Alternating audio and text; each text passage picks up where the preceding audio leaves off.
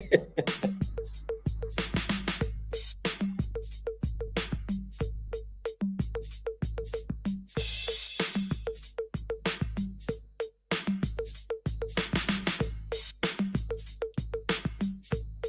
guess if I used a microphone, that would be handy to do a radio show. I was sitting here staring at the live stream thinking, something seems amiss.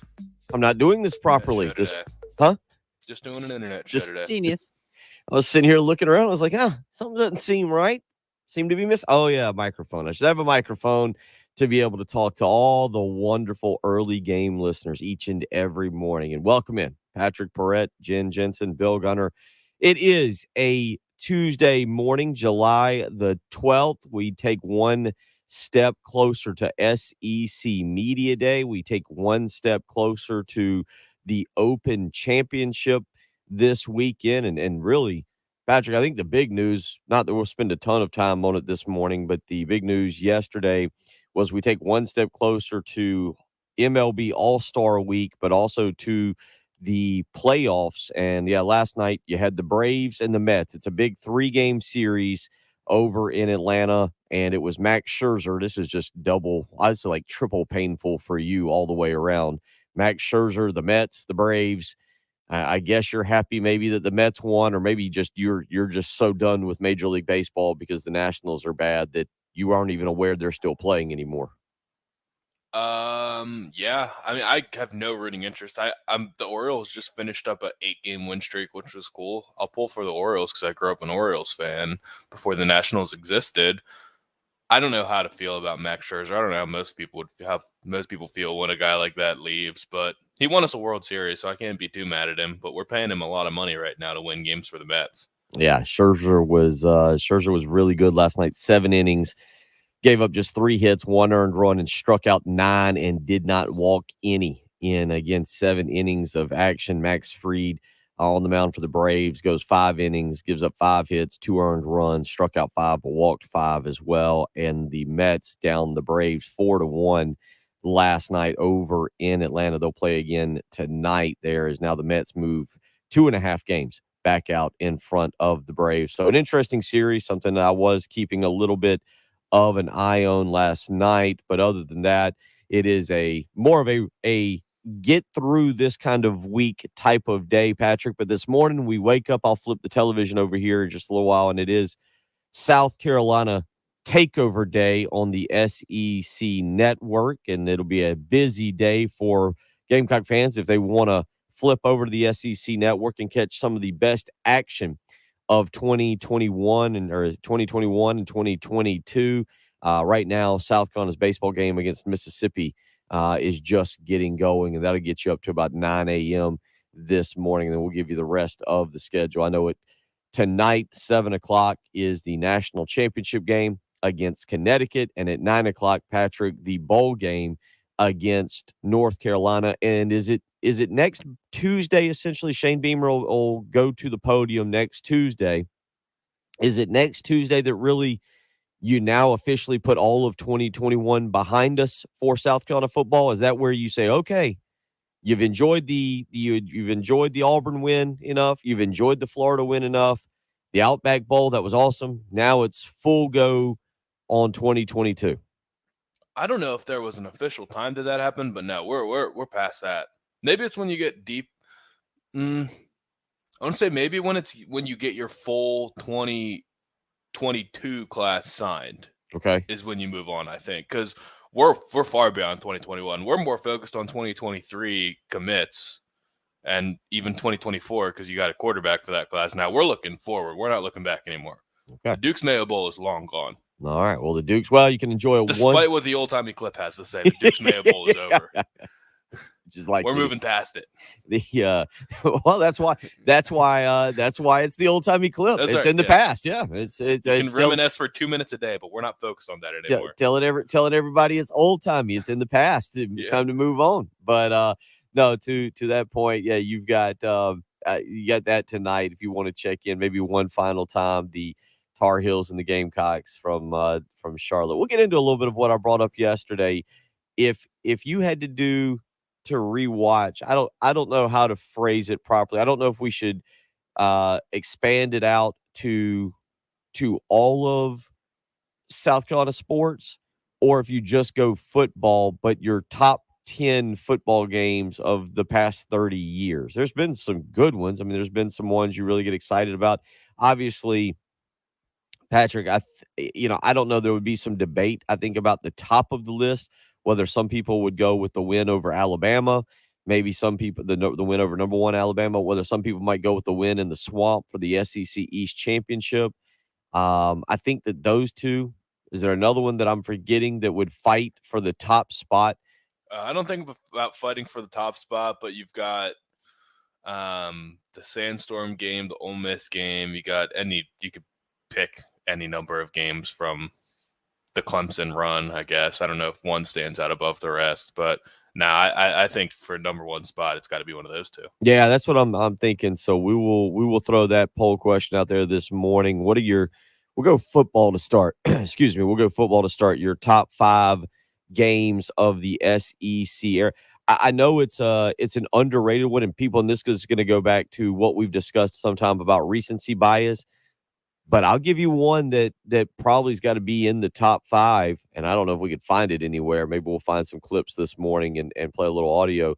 But one that I would think would have to be in the top 5 is the 1992 victory over Tennessee. South Carolina, what I'd say is their first signature win. People forget that year that when South Carolina beat Mississippi State in 92, Patrick, South Carolina was 0-5.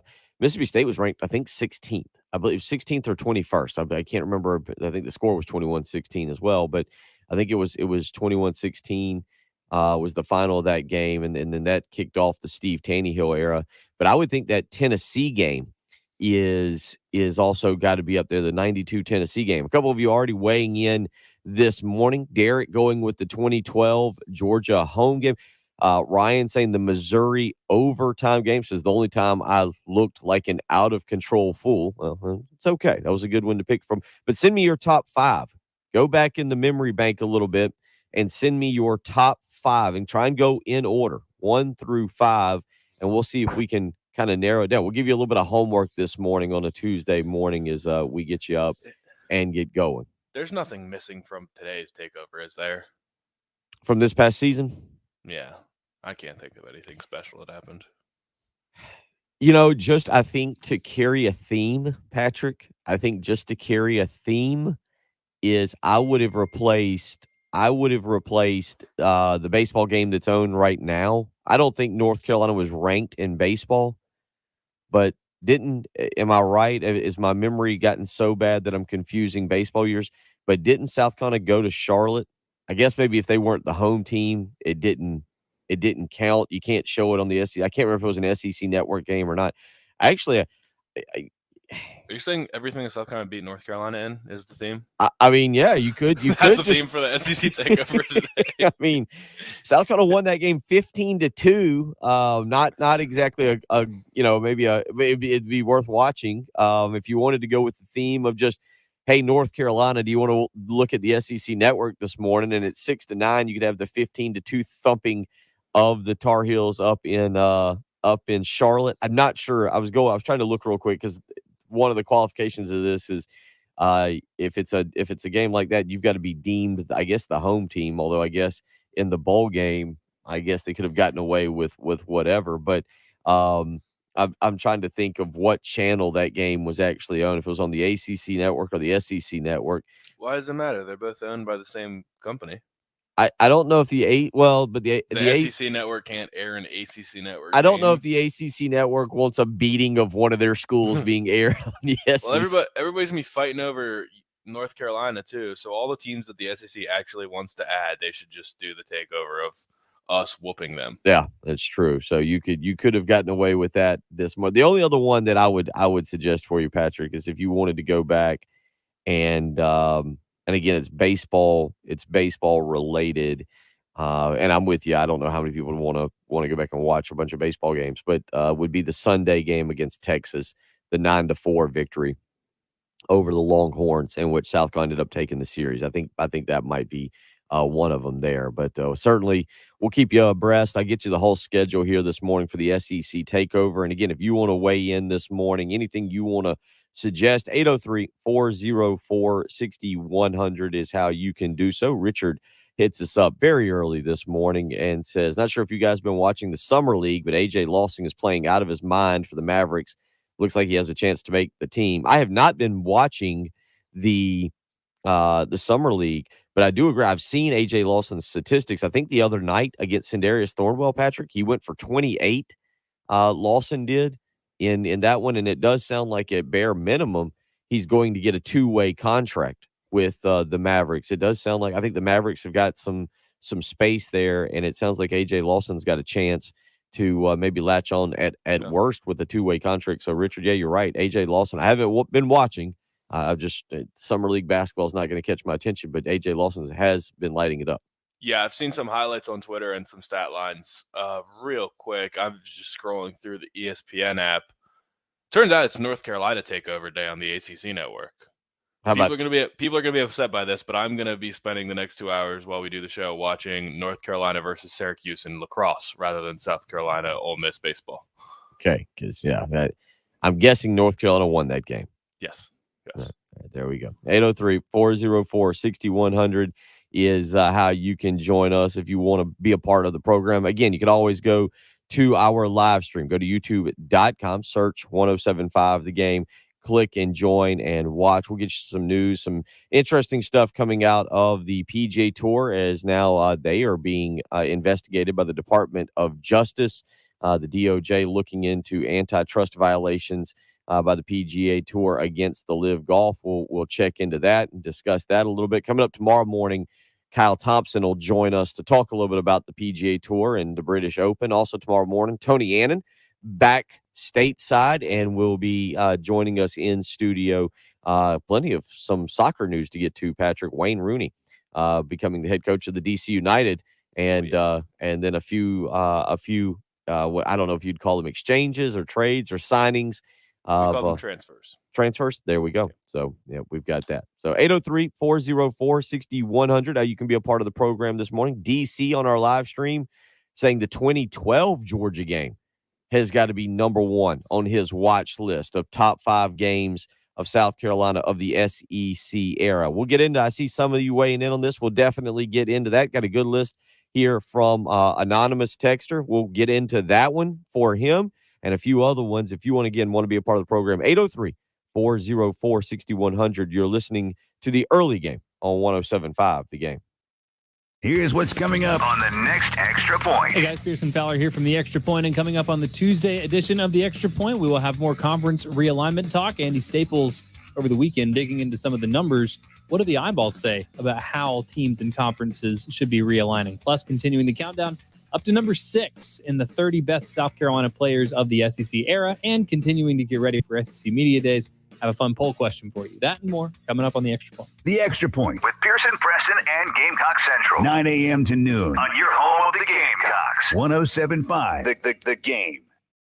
Feeling good, getting out, running around. Matter of fact, as I look to my left, I see some joggers rolling up and down Gervais Street right now, getting out and getting some exercise this morning. You might be one of those people that wants to get some exercise, but you've had joint pain, you've had a little bit of arthritis, you got some problems with your knees or your hips. And if that's the case, it's time to get in touch with QC Kinetics. That's right, 803-281-6860. That's how you can get in touch with QC Kinetics today and get back to feeling the way you should. You want to enjoy the last few days of summer. You want to be able to get out and jump in the pool, swim around, maybe play ball in the yard with the kids. And with QC Kinetics and their regenerative medicine solutions, that's exactly what you will get. It doesn't require surgery. It doesn't require pain medication. It doesn't require downtime. Call them today for a free in-office consultation to see what QC Kinetics can do for you. 803-281-6860. Again, that's 803-281-6860. QC Kinetics regenerative protocols can address any pain in any joint and give you the quality of life that you deserve. So don't wait any longer. Don't be a couch potato because of joint issues. Get out and start getting your life back, and it all begins with a phone call to QC Kinetics. 803-281-6860. That's QC Kinetics. 107.5 The game traffic from the Shepherd's Glass Traffic Center. Shepherd's Glass, a true reflection of quality. shepherdsglass.com. We just have one accident to let you know about, and that is I-26 eastbound, mile marker 76. So if you're able to catch us kind of coming into our signal and you are headed this direction, you might see a little bit of a slowdown up in Newberry County.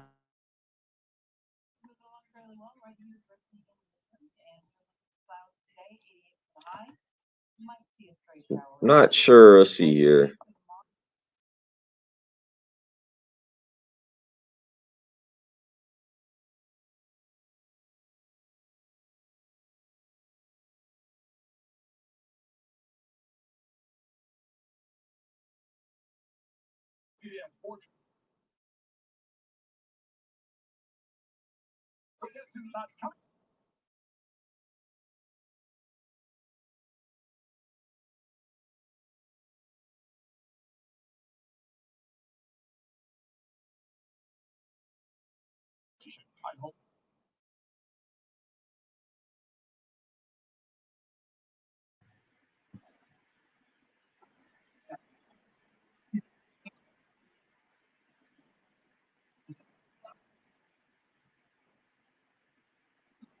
Trying to go back and see if I can find the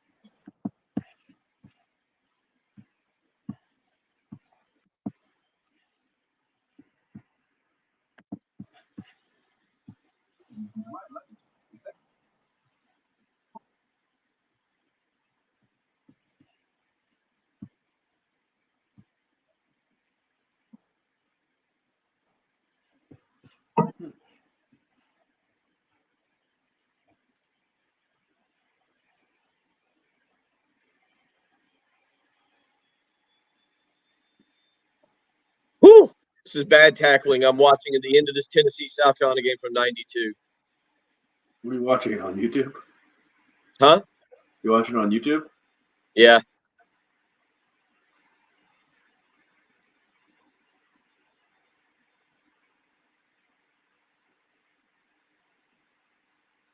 Eight tackles missed. Good Lord.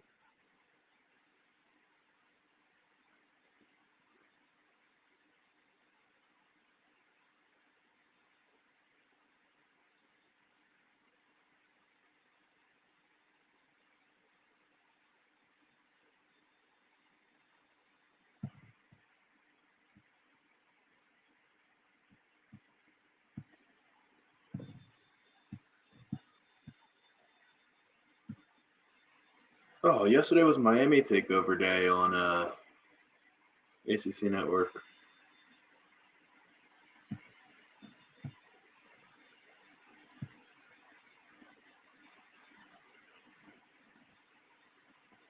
We already missed Clemson Day. No one was talking about it.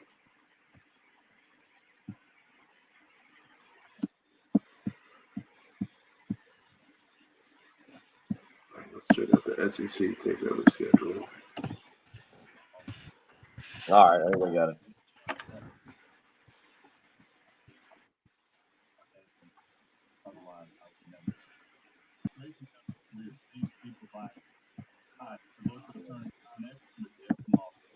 Thursday, we got Texas A&M on the SEC Network and Notre Dame on the ACC Network. I'm assuming a football list Notre Dame schedule. Or go to the law firm ECT. Get your tax problem solved for good today. Broadcasting live from the Herndon Chevrolet studio. This is 1075 The Game. Stop by or shop online today and see why Herndon Chevrolet makes you smile. The early game with Bill Gunter, Patrick Perez, and Jen Jensen on your home of the Gamecocks. The early game. 1075 The Game.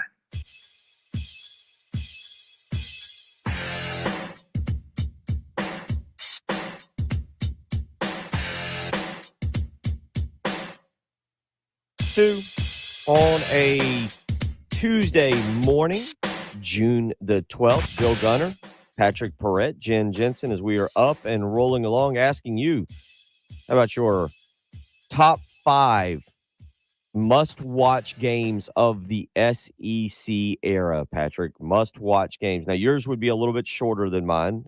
You might be able to go a little bit further back and get those. But if I give you the top 5 games, if you've got to watch 5 games, it's SEC Takeover Day on SEC Network. So Anonymous Texter weighs in his top 5. Number 1, the 2012 Georgia game. Number 2, the Alabama game. Number 3, the Georgia game in Athens, Melvin Ingram's fake punt. It's a pretty good one. Number 4, he's got the North Carolina Bowl game. And number 5, the game in Clemson. We beat them with Dylan Thompson as the backup quarterback. I believe the year we're looking for there is 2012. Would be that year, Patrick, as Connor Shaw got him one more year in 2013, and then Clemson snapped the streak in 2014.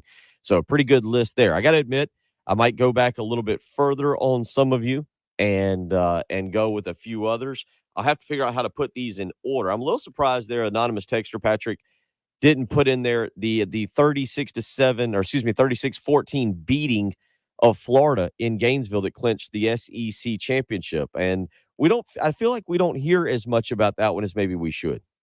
Just because it happened the same year as the Bama game, like, so it was actually a better team that they beat that year. I don't know.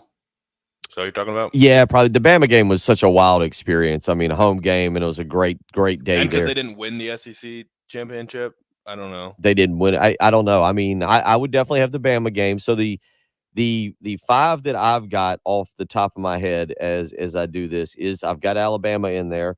I've got that UF game in there. I have the 92 because it was just, there's a lot of great South Carolina players in that game. Brandon Bennett, Steve Tannehill. I've got the win over Tennessee. We will get you an audio clip here in just a little while of that Hank Campbell game and Steve Tannehill, a 24-23 win where most South Carolina fans thought, okay, we've arrived. It took us a few games, but now we're into the SEC and we're ready to go. So I would definitely put that one in there as well. Underrated game that I would have on that I used to watch all the time is the 2006 South Carolina Clemson game in Death Valley. Clemson misses a field goal in the final seconds to lose that game. South Carolina, Blake Mitchell twice in that game led South Carolina back from double digits in that game. Clemson made some incredible plays. Actually, I was there that day. It was a early kickoff that day in 2006 against the Tigers. CJ Spiller was fantastic that day. I think James Davis was incredible. And South Carolina, Patrick, came back twice. As great as some of those wins, the 5 wins were in a row, I'd actually have that Clemson game in 2006 because it was a great game. I'd have that when it comes down to a field goal. I missed a field goal at the very end of the game and was a very good one. So I've got 4 of them right there. I got 92 against Tennessee, 2006 against Clemson. I've got the 2010 UF and the 2010 Bama game. And then for the Georgia game, I'd probably have a Georgia game in there. I've got a bit of a toss-up. There's been some really fun victories over Georgia during the years. Do you go with the surprise game, the 2000 Quincy Carter game? Nobody expected South Carolina to win, and Carter threw 5 interceptions that day. Do you go with that one? Do you go with the 35-7 beating? As the anonymous texter pointed out, the really good one that he had there, the fake punt game that was a back and forth game and very exciting and very entertaining. A couple there. You got 4 or 5. When you said the surprise game, I thought you were talking about the one that I had, which was the Muschamp game just a couple years ago. Yeah, I think nobody expected South Carolina to win that one. I think we're all blocking that one out. That was Why? a good one. Why are we blocking that out? Muschamp era. So every era that doesn't work out, we just block out the games from that era? No, like the 92 games, the Sparky Woods era. I'm okay with that. I know So why are you blocking that out? I'm dating you a little bit on the Sparky Woods era. You weren't around for the Sparky Woods era, but all right, you guys block out the Muschamp era. That's pretty much the only era I know. So I'm going to go ahead and keep that. Yeah. Yes. I mean, I had my Spurrier era was 3-9, so I'm going to block out the Spurrier era. No, you only block out the 3-9 part, which we all do. Which is the only part I was here for. We block that part out, but but no, you got 5 that you can at least remember that you would go with. The most high profile ones that I can remember was the Georgia 19. The Dylan Thompson Clemson game is the one that I would want to rewatch as someone who wasn't here at the time. So if it was me getting to rewatch the classic games, that's the one I'd want to watch. The SEC East championship to clinch the SEC East, the Florida game in 2010, and obviously the Bama. And then I'd pick the Sandstorm game, number 4 Ole Miss. I think that was 2009, right? Yeah, I think you're right. I was going to say 8. I think I'm pretty sure you're right. Yeah. 2009. Yeah. So yeah, that's the one I'd pick. Okay. All right. We'll get more into this morning. If you want to weigh in, a couple of y'all, Richard letting us know he's out there in Vegas, walking back to the MGM, listening to us on his 107.5 The Game app. Oh, how about that? 6:28 Eastern time, 3:28 Vegas time. Good luck out there, Richard. He is out there. Has been trying to catch as many summer league games as he can, and definitely had a little bit too much tequila yesterday. That's all right. 803-404 6100. Clemson Allen finally understanding what you do with radio during the summer. He says y'all love to go down memory lane every summer. We could talk NBA summer league games, Clemson Allen, if that's what you would like. We could also talk, I don't know, we've got some. We can't talk about the past. People get mad when we talk about the future because they say we're talking about things we don't even know. We can't talk about what's happening right now. All right, North Carolina's up 6-5 against Syracuse, third quarter, 14:49 left. I have not moved one of the televisions here yet. I'll get to some of these. Mike in Lexington, a couple anonymous texters, and yet one of them saying they also filmed the movie The Program during the 92 Tennessee game. We will continue, much to the chagrin of James Conn on this program yet. Huh? Do we eulogize James Conn on this program? We have not. We've not. We can do that this morning. Hopefully that'll appease Clemson Allen, the angry Clemson fan that we have to do summer sports talk. And yes, memory lane is a big part of it. 803-404-6100. Or again, you can go and join us on the live stream there. Go to youtube.com, search 107.5 The Game, click join, subscribe, weigh in. RL, DC, Robin, Decor, Anthony, Lee, all up and at it with us this morning. We got plenty for you as we roll along. You're listening to Bill Gunner, Patrick Perrett, and Jen Jensen. It's the early game on 107.5 The Game.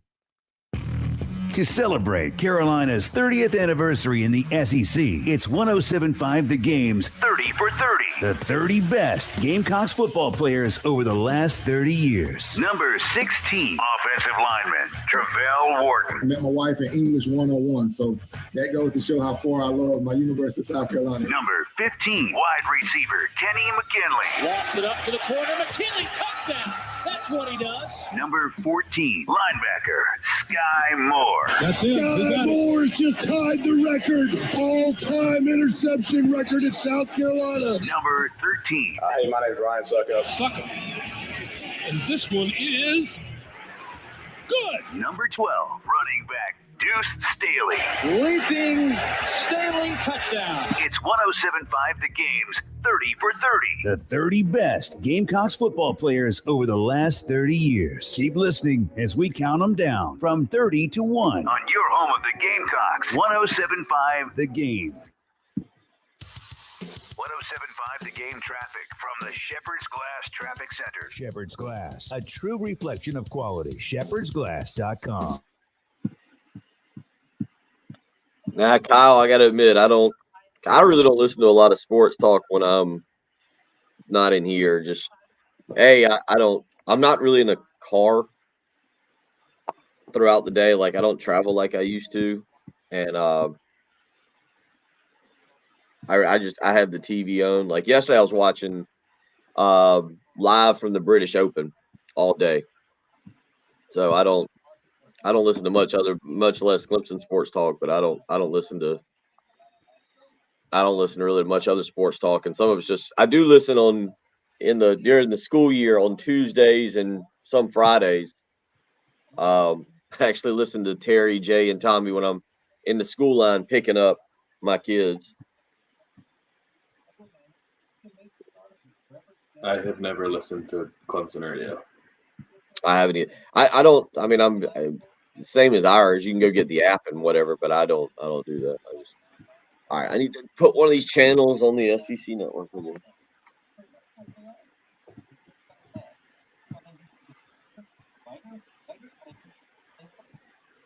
trying to understand. And just line or lab run. Solutions finds in Lexington and our newest location at Sand Hill. For the mid, it's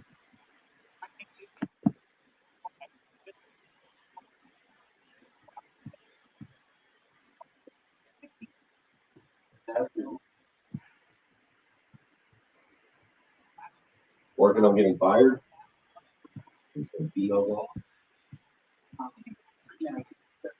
For stimulus culture survey.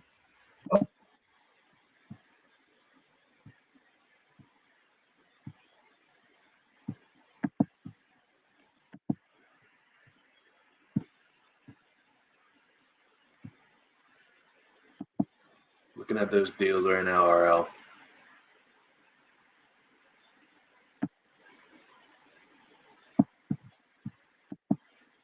Get your prime deals while you can. How could become a first-time homeowner? Also,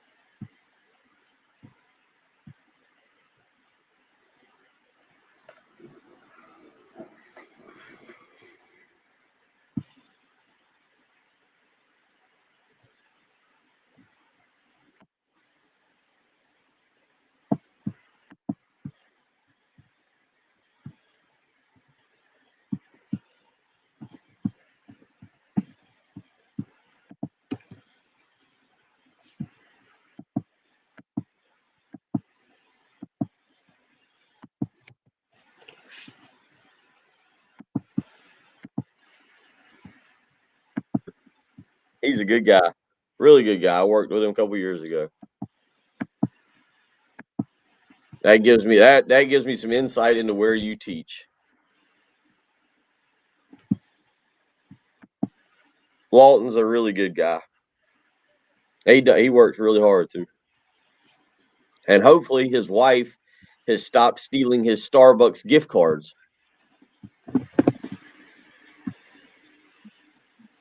Morning, Carlton.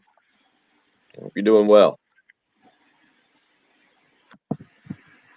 Prime Day today, Patrick. Anything that's on the purchase list? Yeah, I'm trying to buy a desk right now. A desk? Yeah. What kind of desk? What are we looking for? Do we need some drawers? You need something fancy? I don't need necessarily drawers, but I do need storage in general. Nothing Need, fancy though. Under $100. Oh, okay. On Amazon? Yeah. I can't wait any longer for mine.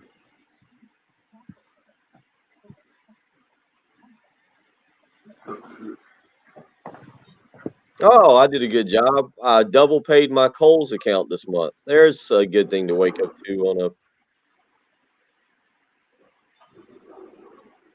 dumbass.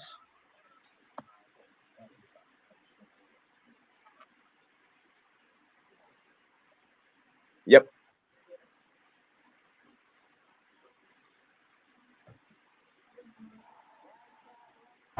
Stewart and two wide receivers lined up to the right.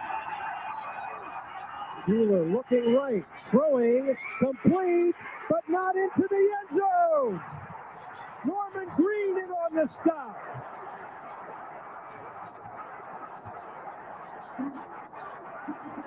Also, Hank Campbell. The stadium is shaking as South Carolina preserves the 1-point lead. And Tennessee has a probable onside kick coming up. Actually, rewatching the video now, Williams-Brice Stadium just losing its mind. Patrick, that was talking about great games to watch. It was a great game, and you heard that name that unfortunately, I think are you he was a Redskin, or how familiar are you with Heath Schuler? He became a congressman after his career too. Okay. So, yeah, that's but no, he was a part of that game. South Carolina had some really good players involved in that game as well. Obviously, Steve Tannehill, Brandon Bennett, both. I say that now. I have to go back and think. Tannehill was definitely on our list of top 30 Gamecocks of the last 30 years. I don't think Brandon Bennett was. Now, as I go back and look, No.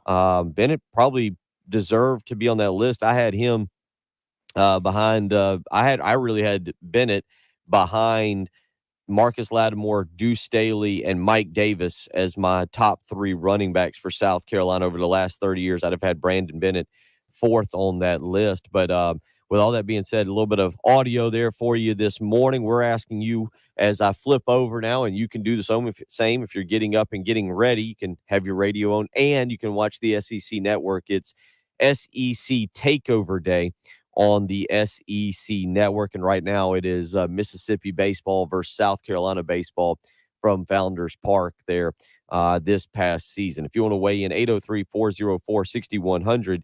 But obviously we have asked the question of what 5 games of the SEC era, and you got to go back a little bit, what 5 games would you go back and watch? Derek weighs in, says ranked in order of best rewatches. He's got the 2010 East Clincher versus Florida, the Alabama game, the first quarter beatdown of Georgia in 2012, the 2013 Clemson game, and he's got the Quincy, what he calls the 2000 UGA Pick Fest, or as some of us still call it, the Quincy Carter There Goes My Heisman game. He also mentions honorable mention Spurrier's complete annihilation of Georgia with Dylan Thompson in 2014. Also, actually, a really good game. 803-404-6100, how you can weigh in this morning. One thing, again, I mentioned, Patrick, the Department of Justice investigating the PGA now as it pertains to antitrust laws. And this is something to keep an eye on, because it would be kind of interesting, I think, to see if the Department of Justice basically rules, hey, PGA, you got to let these guys, they're contract workers. You can't bar them from your tour. Yeah, I mean, do you think the fallout would mean that as soon as we get past the British Open this week, I mentioned it yesterday that I'd be interested to see what's going to happen. But if this goes through, first of all, most of these guys are going to go back and play some PGA Tour events. I guess not the guys that turned in their tour cards. Patrick Reed won't, Dustin Johnson won't, or maybe they would just get them back and start playing again. But would a bunch of guys just jump ships and hop on that plane, say it looks like a great time, I want to go hang out with Koepka and DeChambeau and Dustin and Pat Perez and start playing a couple live tour events this summer? I don't know how many people would want to do that, because you have to play every event. I believe that's how the live tour has set it up. They can't drop out of events, but that would be interesting. That's what all the players want. It makes sense. I think golf fans want this too, right? Well, who cares where they play? Don't you want to see the best players playing? Yeah, you do. You just want to see. I don't know how many people are just upset with golf. I mean, when you really, and Kyle Thompson's talked about this, when you get into the nitty-gritty of it and you start breaking down what, like, financially, golfers make plenty of money. I'm not saying they don't, but there are some fine. I mean, when I say they make plenty of money, we are talking about the upper echelon of golfers, Patrick, that win tournaments consistently and and basically have big endorsement deals. There's 125 people who have PGA Tour cards. Kyle Thompson has gone on. We'll ask him again tomorrow. There's people outside of the top 50, top 75 that are struggling to make it, because on the PGA Tour, when you travel, you pay your expenses, you pay your caddy's expenses. So you're paying the gas, you're paying the hotel bill, you're paying the equipment stuff. Not everybody has these huge sponsorships. When you flip on yesterday, I had the Golf Channel on when I was around the house, and I think it was TaylorMade had a pretty good little commercial there with, like, Austin Johnson, the brother of Dustin Johnson. It had not Matthew Wolf, but it had somebody's brother, and he's like, yeah, I don't get free golf balls like my brother does, but if I do, I prefer the TaylorMade, something like that. And the point is, the Live Golf Tour, one of the things they've done is they've said, all right, not only are we going to pay you this handsome salary, even if you miss the cut, but what we're going to do as well is cover both you and your caddy's expenses. We're going to put you up in nice hotels. All the expenses are covered, and that's where things get a little bit different. So I was just looking up it's only going to be guys whose names I know. So Chase Koepka is one example. Chase Koepka went pro in 2016, got his tour card, and has made $306,000 in 6 years. So yeah, like not everybody's killing it. Now he's probably already cashed $1 million in the Live Tour this year. Yeah. You absolutely cannot blame any of these people. The grinders, like that's not a good, I guess it is a good life just playing golf for a living, but having to do all that work, get yourself out there, get your caddy out there, getting cut, going home with $0, just freaking out about how you're gonna pay the bills and things like that. That's a pretty miserable life. Well, I mean, and again, we'll have Kyle Thompson on tomorrow, and we can get back into that a little bit because he can share what it's like for people that are kind of more at the bottom of the barrel there.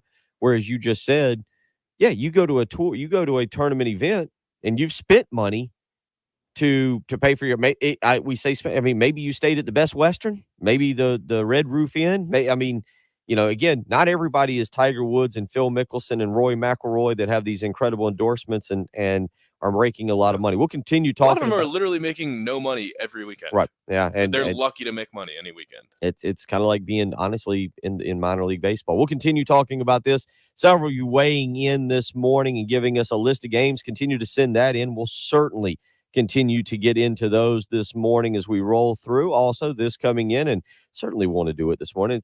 Anonymous texter says, let's wish our local teams good luck this morning in the Coaches Pitch State Championship. Lexington National plays Hilton Head at 10. They have to beat Hilton Head twice. And Gaston plays at 12 against the winner of Hartsville National and Loris, and a winner take all for the championship. Both games in Anderson. Good luck to those young men this morning up in Dixie Youth State Championships. I remember growing up playing All-Stars in Dixie Youth, so really cool for them. Good luck to them. Make sure that you send something good their way. 803-404-6100. You're listening to the early game on 107.5 The Game. Too many numbers. Here's what's coming up on the next halftime show. Halftime show for Tuesday. Terry Ford, Tommy Moody, Jay Phillips still laying on the beach. Sunburn, what do you think? Not yet. A little too cloudy today. So while Jay's gone, Tommy and I will run the show. Number 6 on Tuesday, as we're rolling in our top 30 countdown. This one is a no-brainer as well. That we can say. Yes. And that's it. That's all we're going to say. No more than that. A no-brainer.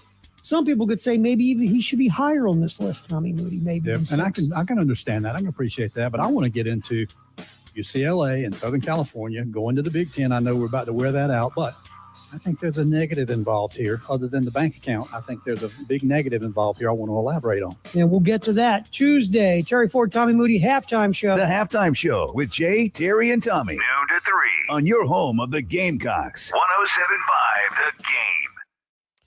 Now that the 4th of July has passed, you're ready to enjoy your house. But the problem is you might have a dirty house because all those relatives or friends, the supposed friends, they came over, they partied pretty hard, and then they just upped and left you with a mess. The house is still dirty. Don't let that be the case any longer. Call Zerorez. 803-262-4020 is how you can get in touch with them and get that appointment set up. Right now, you can save 15% on all cleaning services. That's right. Whether it's your carpets, your rugs, your upholstery, your tile, your air ducts, all 15% off. So don't wait any longer. Call Zerorez today. 803-262-4020 is how you can get in touch with them. And again, use my name, Bill Gunner, at 107.5 The Game. Make sure you tell them that, Bill Gunner, 107.5 The Game, and you'll get that 15% off. Carpets, area rugs, upholstery, tile, air ducts, all cleaning services that you can use to get that home back in proper working order. You can also book online, ZerorezColumbia.com. You need to use the promo code Summer Sale when you do that. Telling you what, July is National Carpet Cleaning Month. Your carpets deserve to be clean. Don't wait any longer. Call Zerorez with their patented ZR Water technology. 803-262-4020. Or again, you can book online with these, ZerorezColumbia.com. Zerorez, spell it backwards or forwards. It's the right way to clean. 107.5 The Game traffic from the Shepherd's Glass Traffic Center. Shepherd's Glass, a true reflection of quality. ShepherdsGlass.com. No accidents to report at this time. We do have word that there is an object on the roadway, I-20 eastbound around mile marker 58. So just be cautious as you're cruising down the highway right there around Highway 1 on I-20 eastbound. But your forecast for today, could see a shower or two. Some could be locally heavy, but no washout. 88 for the high, 74 right now. 107.5 the game. Spot. I was trying to do that live, and this video popped up. I don't know how to share. God, it's hard to watch, but it's a woman supposed to be hitting a piñata, but she's blindfolded, so she thinks she's ready to hit the piñata, and she smacks a lady in the back of the head, just crushes her with looks like a stick. Oh, it breaks the stick. The poor lady seems to handle it well. They got clobbered, but I was trying to do the live read and not fall out laughing when I saw it. Yeah, isn't it funny how funny other people's pain can be? Well, it's just because then the girl, it's kind of funny because then the girl doesn't know. She thinks she's hit the piñata, so she's blindfolded. So she's like tapping the stick, ready for another swing. Oh no! And a guy comes running in, like just snatches the stick away from her. It's like, oh, stop that. Then she probably felt horrible. Yeah, yeah, definitely.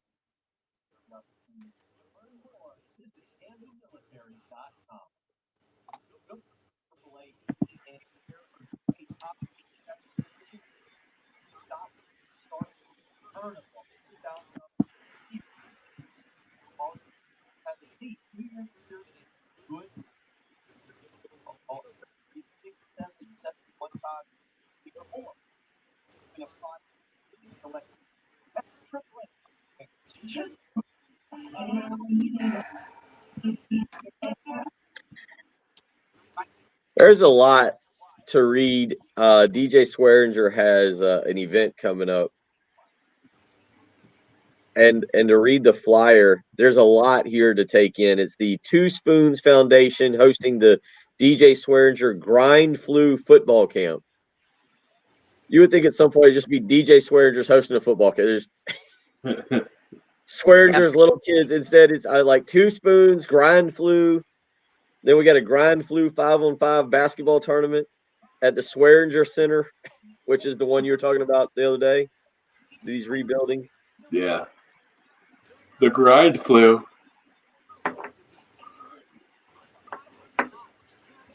There's a DJ Swearinger Day on this thing.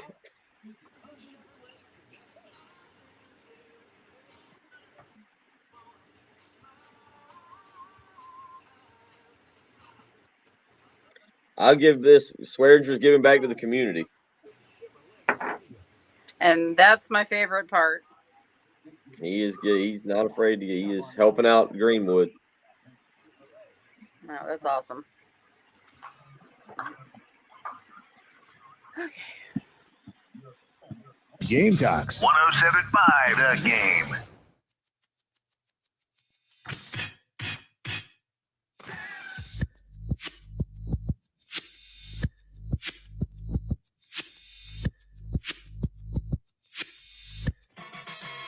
.651 on a Tuesday morning, July the 12th. Patrick Perrette, Jen Jensen, Bill Gunner, as we kind of roll through. Not much in the way of realignment news yesterday, Patrick, but there was, and I'm trying to debate how to get to this on air because it's not, if it was audio, it would be perfect. It's not audio. It's a series of tweets from David Hale, who does actually a very good job. I think he's now with ESPN. He's still with ESPN. He covers a lot of Clemson and ACC stuff and does a pretty good job there. He was on vacation and he came back yesterday and he put out a series of tweets, Patrick, on realignment. And David's pretty plugged in and very knowledgeable about what's kind of taking place and how he thinks realignment will shake out. You can go to his Twitter account and read the whole thing. It's a lot. I'm not going to read it all on air. His Twitter account is David Hale Joint. Hale is spelled Hale, Joint, Joint. You get the point. But anyway, you can go and check that out and read the entire thing. It's 5 or 6 tweets, and each one is the full number of characters in there. So you get the point. It is a lot to read. But Patrick, I mean, the gist of what he's saying is the grant of rights that the ACC has got their schools locked into is basically going to make it near impossible for any team in the near future to get out of what they've got going on with the ACC. And that's going to pretty much stop the ACC from A, being poached, which is a good thing, but B, if Clemson and Florida State are looking to jump into another league, that's going to keep them from doing that. Which is what we all want, right? It's what that's great news. In terms of college football, yes, I would prefer to see 4 conferences. I'd prefer to see Notre Dame stay independent, have some recognizable form of the college football that I've watched for the last 39 years. That's what I would prefer. And look, the ACC. You wouldn't prefer 5 conferences? Yeah, I can't have that in. I don't see it being that way anymore. Yes, I nostalgia. If the Big 12 and Pac-12 just both refuse to fold and both just take less money.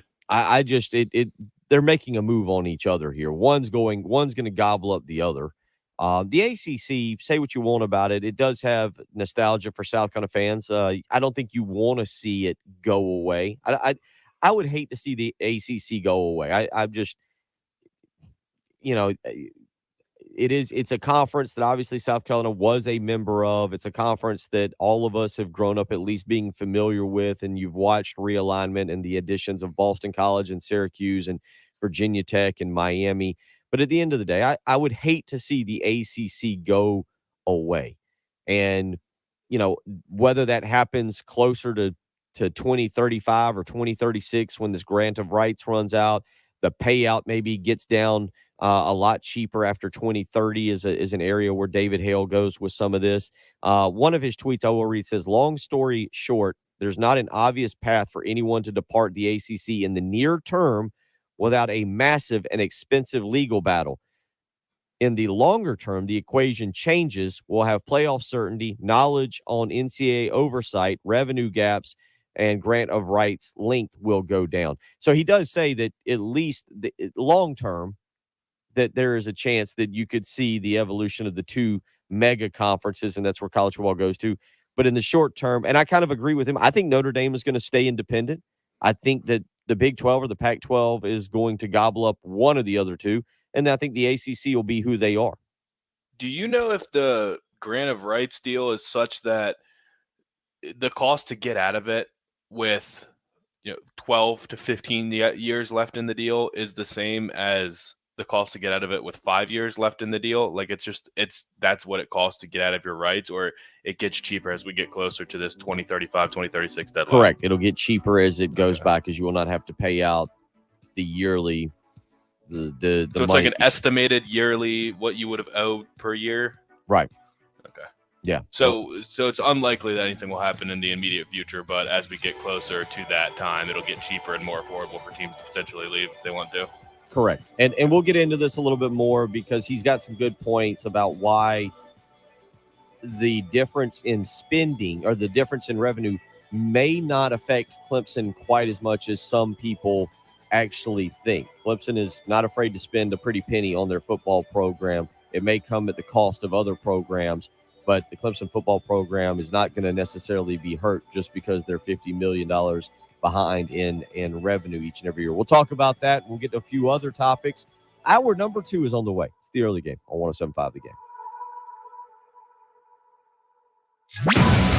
The home of the Gamecocks. 107.5 The Game. WNKT FM, Eastover, Columbia. A Cumulus media station. SC Department of Corrections is hiring nurses with up to $10,000 in sign-on bonuses available, paid overtime, shift diff, and great employee benefits. Visit joinscdc.com for info. Sponsored by SC Department of Corrections, SCBA, and this station. Gee, I thought you'd have a lot of customers in here. No, I just have a lot full of cars. I know, I couldn't find a space. Had to park 3 blocks away. Thanks. Not every customer is that patient.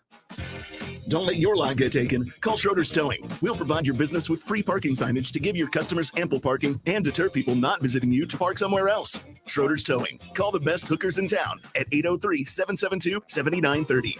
Schroeder's Towing, Columbia's finest and fastest hookers in town. In the wee hours of the night, when every You're the one on first shift.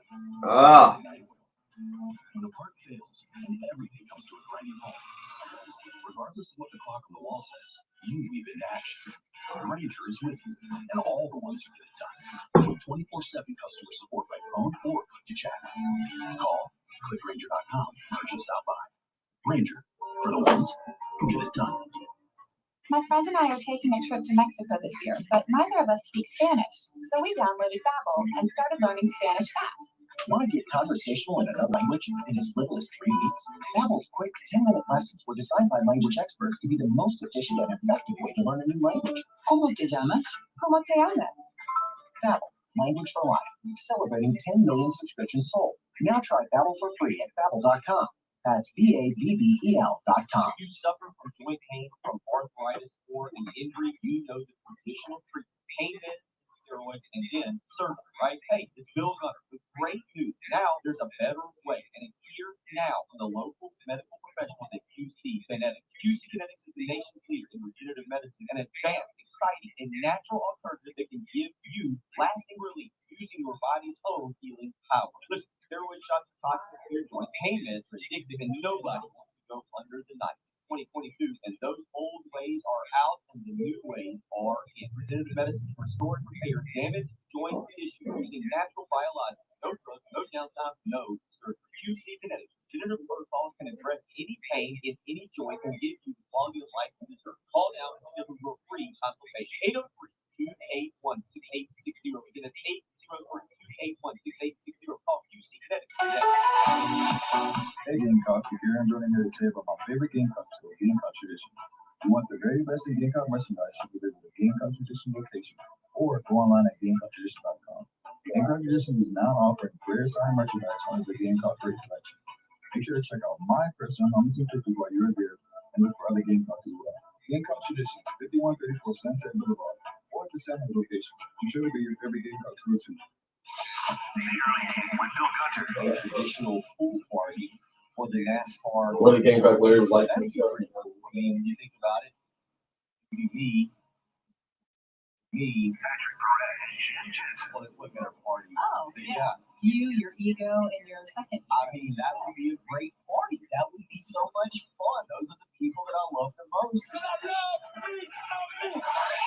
You are almost. Good job, Craig. Good job.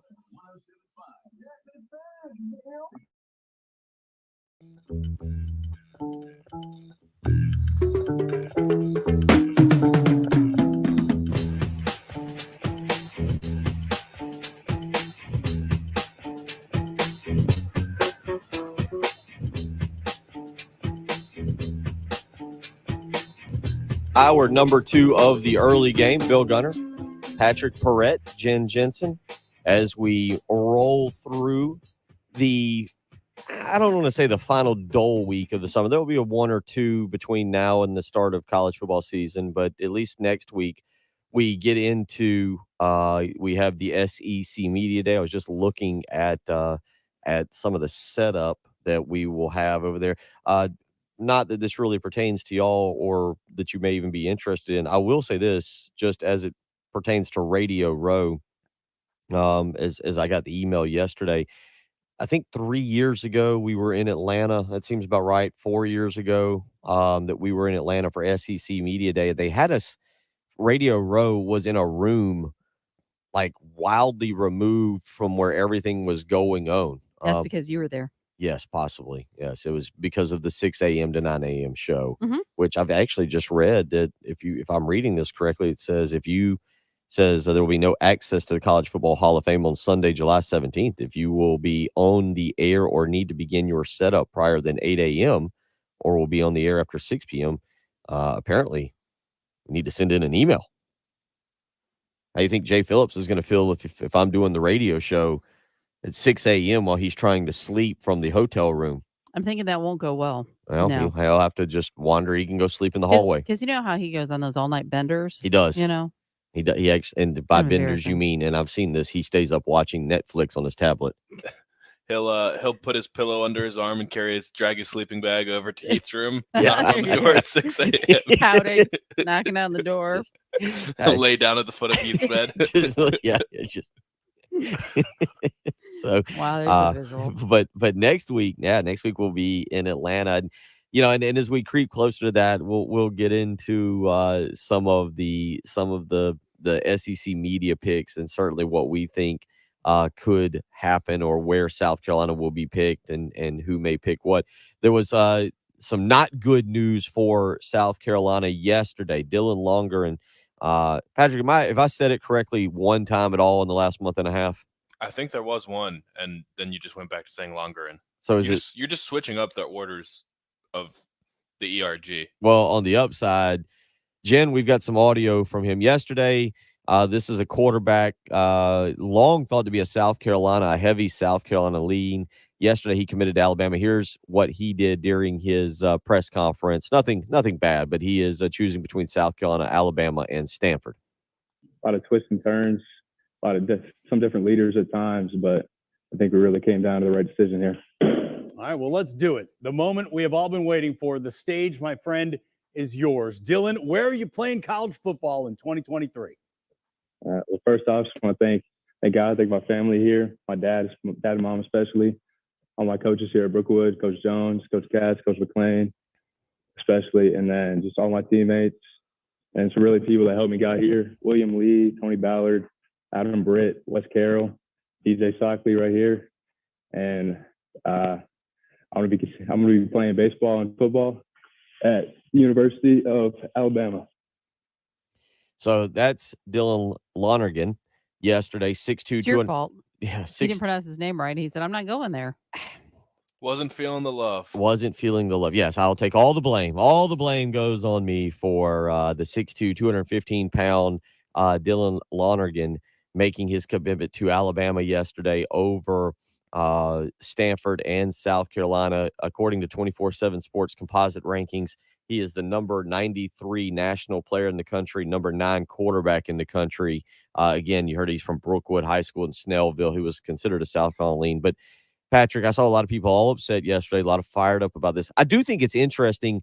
Alabama has taken another quarterback commitment in this class, Eli Holstein, who was a one-time Texas A&M commitment, and Eli Holstein is considered actually a more highly rated quarterback than Dylan Lonergan. And here's the other part that I find interesting. We've heard so much about Nick Saban and his expectations for players. I got to imagine, of all the schools in the country where you're going to try and play two sports, it would absolutely be Alabama as the most difficult, given the competition you're going to have to face.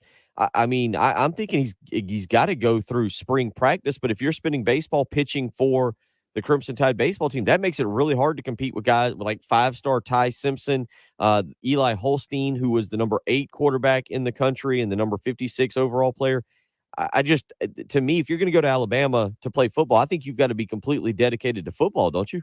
Yeah, and well, I just do not think that he would be going to Alabama if it wasn't for the transfer portal, because he just knows that, like, I'll give this a shot, try to win the job. I'm looking at 2023 as a redshirt year anyway, and I did think it was funny in that clip that the guy even asked him, where are you playing college football in 2023? He didn't. Normally they say, where are you going to college or whatever, or the kid will say, for the next 3 to 4 years, I'll be attending. It's like, no, 2023, I'm going to play at Alabama. I'm going to try to win the starting job. If I don't, I can easily transfer. Everyone's going to want me. I'll have the best coaching in college football for a year. Go have a chance to compete against 2 kids that are studs and try and be the quarterback of the best team in the country. If not, what's the harm in transferring? Just doesn't matter. Oh, well, I mean, you say that. Part of it makes me think that, you know what, he just may very well just bounce on over to baseball. I don't know how good at baseball he is, so I couldn't even tell you. Well, I go back, one of the craziest things that has just occurred that we've kind of all moved on from is the Brandon McElwain story. Because remember, it came down to him being drafted in baseball versus coming to South Carolina to play football. And he got here, and obviously neither really worked out. And then he went to California. And now Brandon McElwain is having some success in minor league baseball. He is with the Binghamton Rumble Ponies. Binghamton Rumble Ponies. Rumble Ponies is a different, I have to get several of that correct.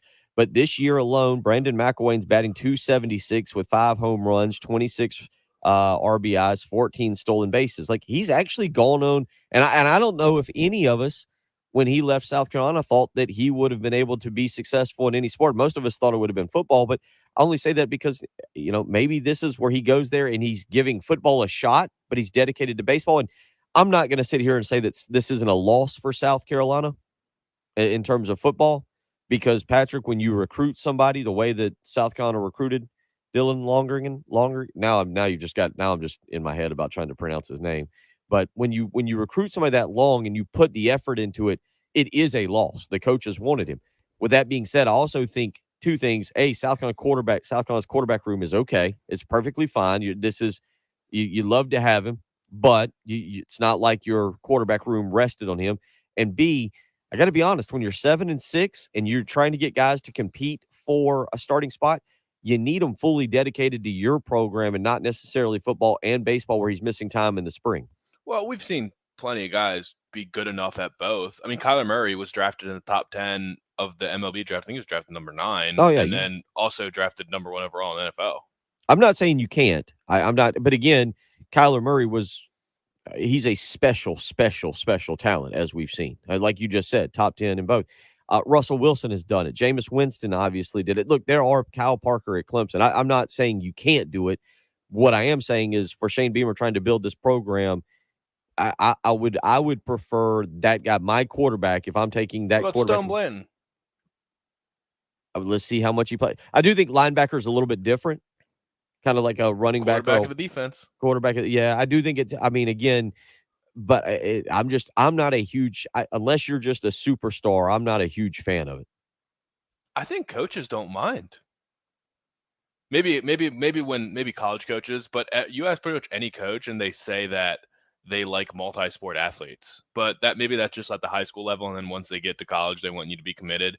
I think it is probably different. If you ask most football coaches, do they want their star players playing another sport? They'll say no, but that doesn't mean it's not possible. And I don't know. We'll have to see. I don't know how much actual conflict there is in terms of practice time and things like that. They're obviously different seasons, so the games won't conflict, but how much film study or things like that or team events would Dylan Lonergan or any baseball player actually miss because of baseball commitment? Well, you miss all of spring practice. And I'm not saying, are you like not allowed to go out there? Well, but no, I mean, if you practice on if you can't go to baseball practice on football practice on a Saturday morning and then show up to the ballpark on Saturday afternoon. Can you do like film and stuff with the team? I'm sure you can. Something I don't know. There's that 20, and maybe somebody who's played college sports go in, because we need to talk to a multi-sport athlete. Well, here's why, because there's the rule of 20 hours per week is what a student athlete is supposed to have. And so I don't know if that pertains to like going and watching film with coaches at the football facility, but then also practicing baseball, all the things that go into it. That's where, again, not there's gray area on that I'm not sure how it fits in. Like, is it 20 hours of practice time per week where you're on a football or baseball field, or how does it work? But I only say that just from a South Carolina standpoint. Look, it hurt. Let's not pretend like it's not. It is a blow to the recruiting class. I don't want people going, well, Gunner spun it where, like, it's fine. They don't need a top 100 player. No, you would like to have him. I do think, though, it doesn't hurt as much as if this was a kid who I thought was completely dedicated to football. That is an interesting spin. I do feel like you're digging for this one. Well, if they hadn't they took 2 quarterbacks. You could also spin it like, hey, look, you also just lost a baseball player too. Baseball team and football team both lost a player. I don't know how good he is in baseball. I don't know. I've never looked at his Baseball America ranking. If he's a top 100 pitcher, then yes, it's more of a blow to the baseball team than it is to the football team. So really, Texas is that a hot take? Texas A&M's not in a great spot because Connor Wiegman, their 5-star quarterback, is also going to play for their baseball team. They've got plenty of quarterbacks. They're not hurting.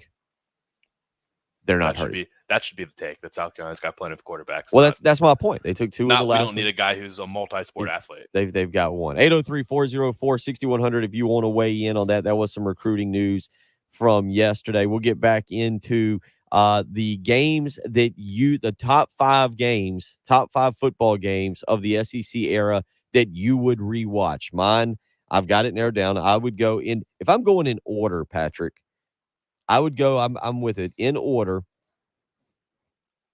1 to 5, the 2011 Georgia game. That is the incredible game over there, back and forth game. Clowney threw Aaron Murray around like a rag doll. You had Melvin Ingram with the fake punt, some really great plays in that game. That's number 1. That was an incredible game, just an absolutely incredible edge of your seat nail biter game. Number 2 would be the Alabama 2010 game. Obvious reasons there. Number 3, I would have the Florida blowout. Marcus Lattimore's dominant down in Gainesville. South Carolina wins their SEC Eastern Division Championship. Steven Garcia runs over, I believe, Will Hill in the end zone to put the exclamation point on the game. Absolutely fun. Was actually at that game. Number 4 on my list is a bit of a surprise here because some of you have weighed in some really good ones. Number 4 on my list would be the 2006 Clemson game. Blake Mitchell was fantastic that day. Jad Dean missed a kick at the very end. It was a back-and-forth game. South Carolina rallied from 2 touchdowns down twice in that ball game to win it. And then my 5th game that I would rewatch, 1992 South Carolina and Tennessee. So there's my list. If you want to weigh in with yours, 803-404-6100. We will. What number are we at today? Number 6. Number 6. I was going to say number 6 on our list of top 30 Gamecocks, and we'll get you to that and talk about that player as well coming up. Gamecock Larry's on the phone lines. We'll get to him. A lot to do this hour. You're listening to Bill Gunner, to Jen Jensen and Patrick Pratt. It's the early game on 107.5 The Game. Here's what's coming up on the next Extra Point. Hey guys, Pearson Fowler here from the Extra Point, and coming up on the Tuesday edition of the Extra Point, we will have more conference realignment talk. Andy Staples over the weekend digging into some of the numbers. What do the eyeballs say about how teams and conferences should be realigning? Plus, continuing the countdown up to number 6 in the 30 best South Carolina players of the SEC era, and continuing to get ready for SEC Media Days. Have a fun poll question for you. That and more coming up on the Extra Point. The Extra Point with Pearson, Preston, and Gamecock Central. 9 a.m. to noon on your home of the Gamecocks. 107.5 The Game. Why choose proven quality sleep from Sleep Number? Always the big question. And it's an easy answer because every great day starts the night before. And right now with Sleep Number, you can save 40% on the new Sleep Number 360 CSE Smart Bed Queen, now only $1,499. That's right. Save 40% on the new Sleep Number 360 CSE Smart Bed Queen, now only $1,499. That's a deal you absolutely cannot pass up. I'm telling you what, I put my Sleep Number setting on 15 each and every night, go for the very soft mattress, wake up rested, refreshed, and ready to go each and every day. And you can do the same. Again, right now, save 40% on the new Sleep Number 360 CSE Smart Bed Queen, only $1,499. Sleep Number stores is where you can purchase these incredible beds at. 2 to choose from. One in Harbison, one in Irma on Harbison Boulevard across from Buffalo Wild Wings. The other in Columbia, 2 Notch Road across from Sand Hills Mall.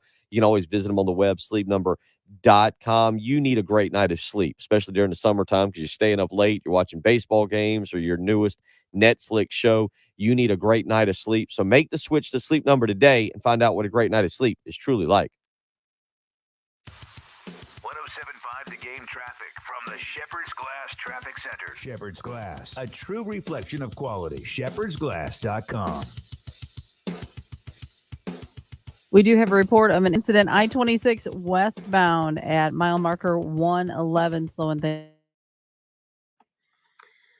I mean, there's a couple, Craig. I mean, obviously Russell Wilson, Jameis Winston pitched for Florida State. I mean, those are the two. And Kyler Murray. Kyler Murray obviously is one. So, but obviously that's limited. You know, the crazy one, and I should bring this back up. I don't know if y'all saw this. Chandavian Bradley, the 5-star defensive end, they said he could play back. You talk about this is what Kobe said, doubt he plays both. I think with Lonergan, it is legitimate that he'll play both. But Chandavian Bradley, the 5-star defensive end, who I'm not sure has ever even dribbled a basketball, or he might have, but he's now going to play basketball at Tennessee.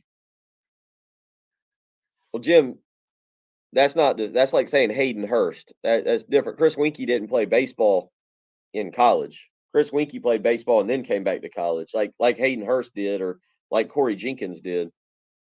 There's a difference there. But yeah, Chandavian Bradley is supposed to play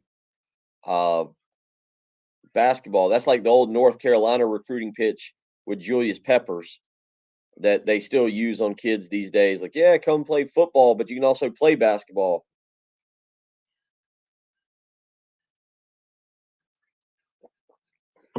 So, and I'm with Patrick. I don't know if he'll transfer. He might just focus on baseball.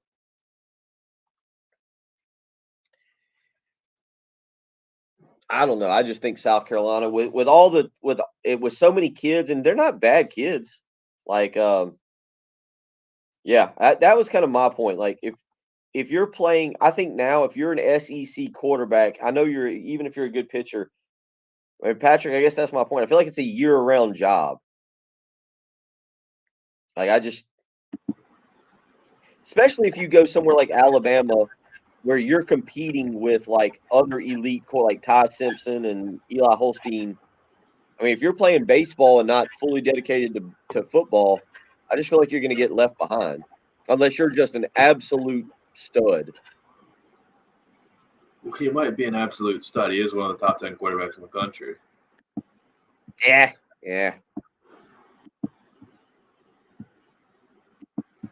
Might just be a stud. Well, then, if that's the case, where did let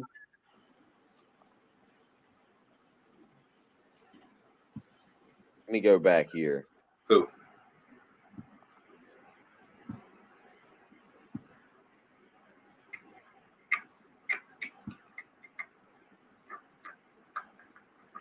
Let's see where Tanner Bailey was last year. You think Tanner Bailey was top 15? 15, maybe. I mean, I don't think he was top 10, but I think he might be top 15. Top 15 quarterback in the nation. Yeah. I feel like he's going to be very right around highly that. touted for how little he's been discussed. He was number 15 according to 24/7 Sports. He was the number 15 quarterback recruit in the country.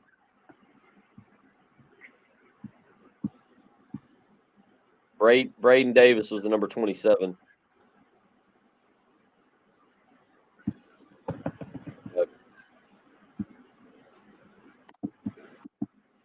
But I mean, then again, you say that Ryan Helinski was the number 2 quarterback in the country, I think.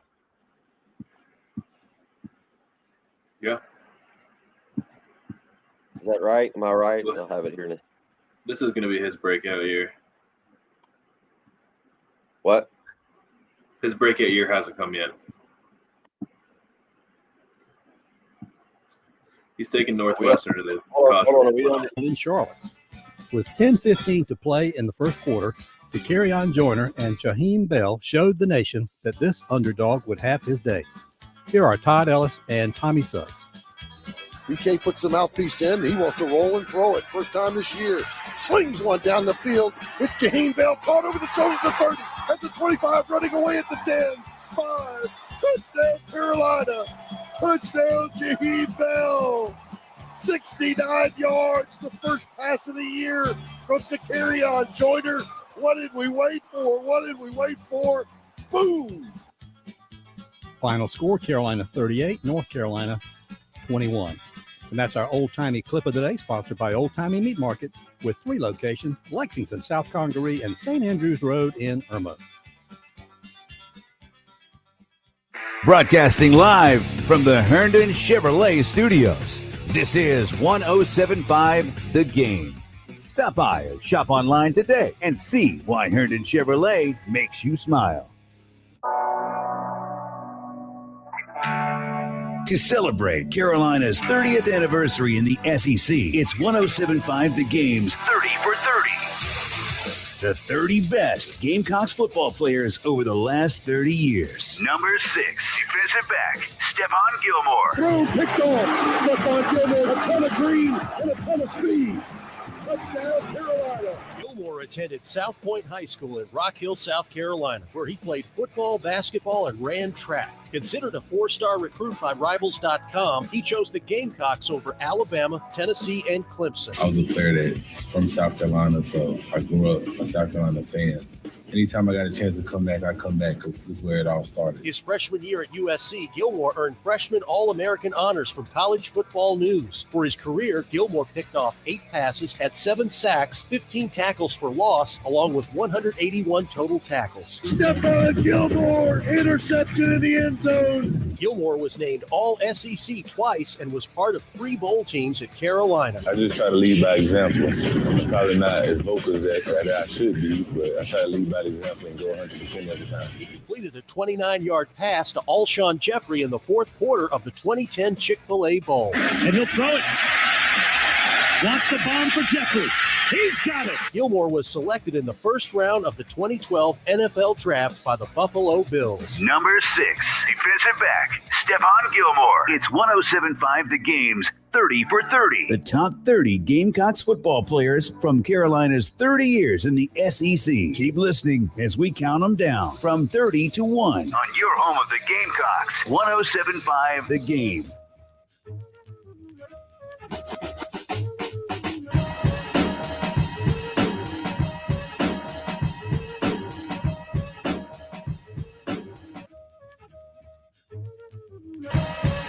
Oh, there you go. Kind of I was listening to the promo, Patrick, that Terry and Tommy did, and I'm not gonna lie, I didn't look and see who we were honoring today, but yeah, we're into the elite of the elite here when you really get into the top 6, and as you would expect, I think most of you can kind of figure out who the remaining 5 will be in some order. Stephon Gilmore, I guess, arguably, Patrick, could be higher on this list. He could probably be number 1, I think, if you wanted to make the case for it. If you combined both, he probably would be number 1 if you combined college and pro career, correct? Yeah, I mean, we've had this debate about a couple people near here at the top because we did mention John Abraham, and his stats were ridiculous for the NFL. True. But Stephon Gilmore, he is the only player to be the MVP in the NFL, right? From South Carolina. Yeah. And that's pretty rarefied air. I mean, also just being an NFL defensive MVP as a defensive back is rarefied air in itself. I think the last couple people to do it was like Charles Woodson and Deion Sanders. It's it's almost always a pass rusher because it's easy to compile stats as a pass rusher. So it's always like the guy that leads the NFL in sacks. So for Stephon Gilmore to be that dominant, that he was NFL MVP as a corner, yeah, it's not a stretch at all. I think it's probably the popular opinion that he is the best NFL career. Talking about his NFL career for a second, Steven asks on our live stream, is Stephon a legitimate candidate for the Hall of Fame? Is he a lock yet, or is he on the verge of lock? I don't think he's a lock, but he's definitely in that discussion. Yeah, which is crazy in itself. I mean, I don't know. I'll read some national takes because I don't want to be biased. Okay, all right, yeah, it's interesting. But as far as his college career goes, I remember covering him up at the Shrine Bowl. He's always been a very polite, well-spoken young man, both as a high school recruit and then as a college player, and obviously has come out of his shell a little bit more as a professional athlete, but was a young man that ended up choosing South Carolina over Clemson there for a long time. A lot of people thought that he would end up going to Clemson with his buddy Devontae Holloman, and ended up choosing South Carolina. And it was interesting, Patrick, because I really don't know. I don't remember in my time covering him at South Point High School, him playing defensive back. I remember going and watching him played point guard for the basketball team, where he was a really good point guard, was a really good basketball player. We're talking about two sports stars. He's a guy that really could have come down and walked on to the basketball team and helped out in some way. I don't think he would have been a star player, mind you. DeAndre Hopkins is a guy who around that same time was a star player in both, but Gilmore could have come down and certainly helped the basketball team. He was not a bad basketball player, but I don't remember him playing defensive back much, if at all. He was the quarterback at South Point and was a really good quarterback, as obviously you saw him utilized in the Wildcat formation a couple different times under Steve Spurrier. But it was known almost right away, hey, when he gets here, he's going to be a day one starting defensive back. And quite honestly, I think Steve Spurrier's kind of one of the things he said that always caught people's attention was like, well, we had to kind of wait a few practices. He was the starter basically the moment he stepped onto the practice field, but we had to kind of wait a few practices just to at least say that he earned it. I mean, Gilmore was that good that when he stepped on campus, they knew he was how good of a defensive back he was going to be. Is he? Yeah, I mean, all the things you're saying, playing quarterback, being a star on the basketball team, this is just like when guys are just that good of athletes. They're literally just good at anything. Stephon Gilmore could have probably played any sport and been incredible at it. He probably could have been a great baseball player if he decided that's what he wanted to do. He's just that type of athlete. So not a surprise at all. But is he? We just did DJ the other day. Is he like is he the polar opposite of DJ? Is that the yin and the yang? That's a great question. I think so. Like, are they the perfect pairing in a secondary, like the corner safety combo? That's a great question because 803-404-6100, correct me if I'm wrong. I don't remember, and whether it's professional or collegiate, I don't remember him getting into a whole lot of chirping battles with other teams. I'm not sure he ever got a personal foul. It probably did at some point, but I say that because I don't. You're right. He is more of a, hey, I'm a better player than you. I don't need to let you know about it. My play is going to speak for itself. And at the end of the game, you'll be happy that you don't have to deal with me anymore. Not because I'm more physical or because I'm going to talk your ear off, but because get away from me. I'm just a flat better football player than you. And there's nothing you can do about it. Yeah. Maybe I'm wrong. Maybe somebody out there remembers certain times where he was talking. I don't remember him being much of a talk. I can tell you this from recruiting. He's not much of a talker to begin with. Yeah, I mean, I just thought of it because that clip that they played in the whatever we want to call it, the vignette, where he says, maybe I could be more vocal, maybe should be more vocal, but I just lead by example. That's what I do. And that's how it was in the NFL too. That's what you hear about the Patriots. Like he was the perfect Patriot, because he just does his job, like quietly does his job, doesn't complain, and is just a complete shutdown corner. Like no one can get away from him. He doesn't need to get chippy at the line of scrimmage. He doesn't need to get in their head or anything. He's a better athlete than you. He knows football, and you're just not going to be able to beat him. So wherever you go, he's going. Like he's just the perfect like cover corner. Obviously, he was part of a very good recruiting class. Charles points out that Devontae Holloman was committed to Clemson and flipped after Tommy Bowden had been fired. And that was a case. I was covering recruiting back then and remember all of this pretty well. And I know that there was a lot of back and forth as to what Stephon Gilmore may or may not do. Gilmore ended up being the highest rated player in that particular class. Number 2 on that list, Patrick, was Devontae Holloman. Gilmore was the number 34 overall player nationally by 24/7 Sports. He was number 1 in the state, and he was the number 6 cornerback coming out of South Point. Holloman was not far behind him. Holloman was the number 81 national player and the number 6 safety. South Carolina also signed that same year DeMario Jeffrey.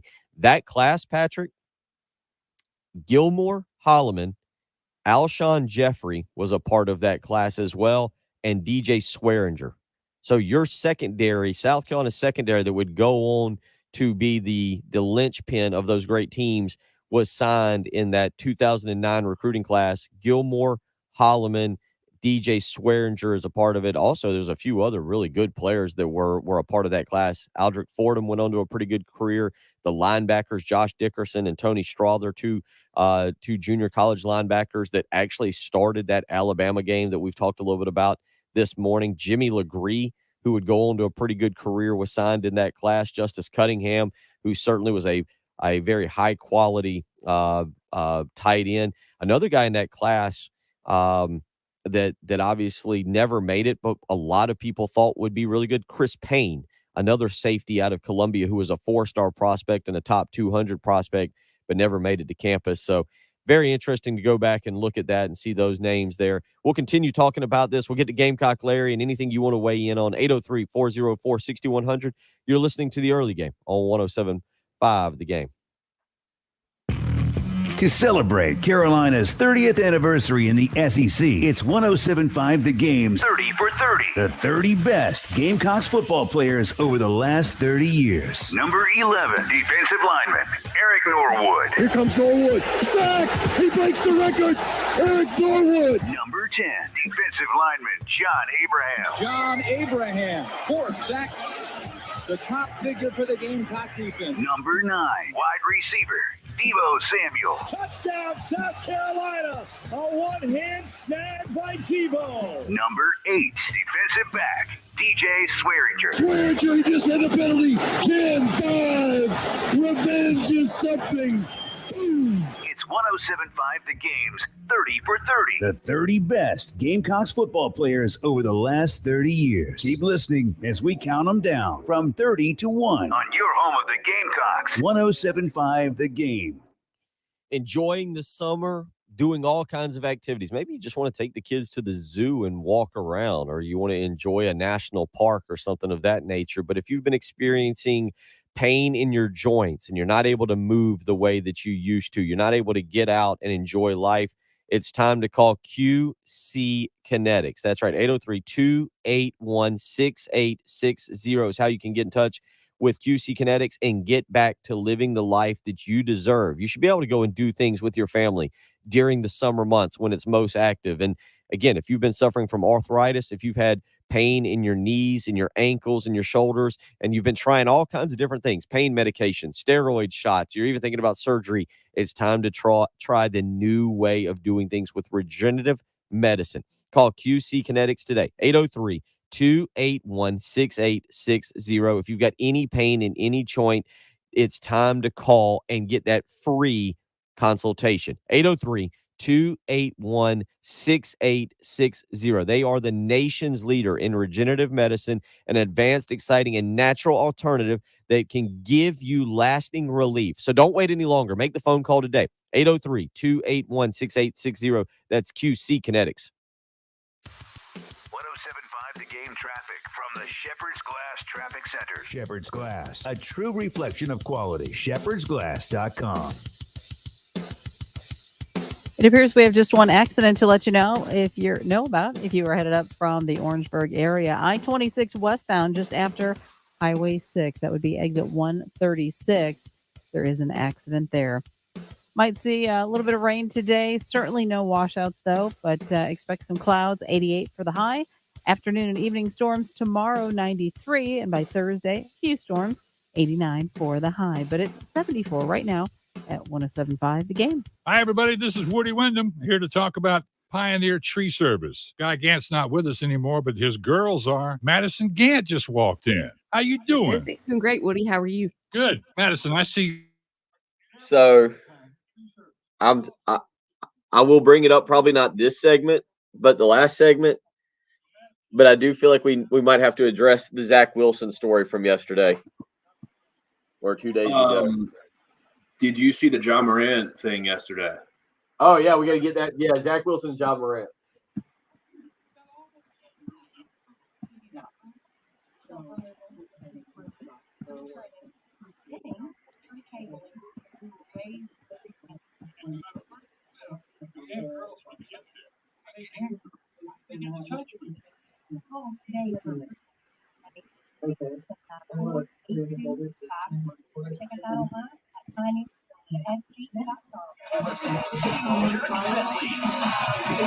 Here's on You Tour 2022, July 14th, Crown One Stadium, Charleston. He's bringing along special guests, Ashley McBride,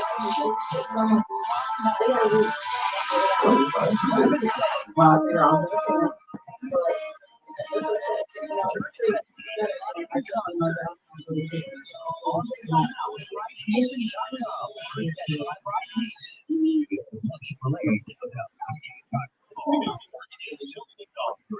Family owned dealership since 1961. Right. I-26 Chevy.com. Finding great candidates to hire can be like, well, trying to find a needle in a haystack. Sure, you can post your job to some job board, but then all you can do is hope the right person comes along, which is why you should try ZipRecruiter for free at ZipRecruiter.com/radio. ZipRecruiter doesn't depend on candidates finding you, it finds them for you. Its powerful technology identifies people with the right experience and actively invites them to apply to your job. Well, it's from the SEC Media Day. Oh, okay. Other companies might deliver a lot of what you're looking I don't understand what's Meanwhile, 4 out of 5 employers post a job in ZipRecruiter to get a quality candidate within the first day. ZipRecruiter, the smartest way to hire. And right now, you can try ZipRecruiter for free. There'll be no access to body At ZipRecruiter.com/radio. That's You'll be on the air ZipRecruiter.com/radio. when you can set up fire that will be the air at That's okay. needs your trade. We'll buy your car, even if you don't buy ours. And to prove it, we're willing to meet any written offer by $500. That's right, we'll meet any written offer by $500. Visit Herndon Chevrolet today. I have no problem.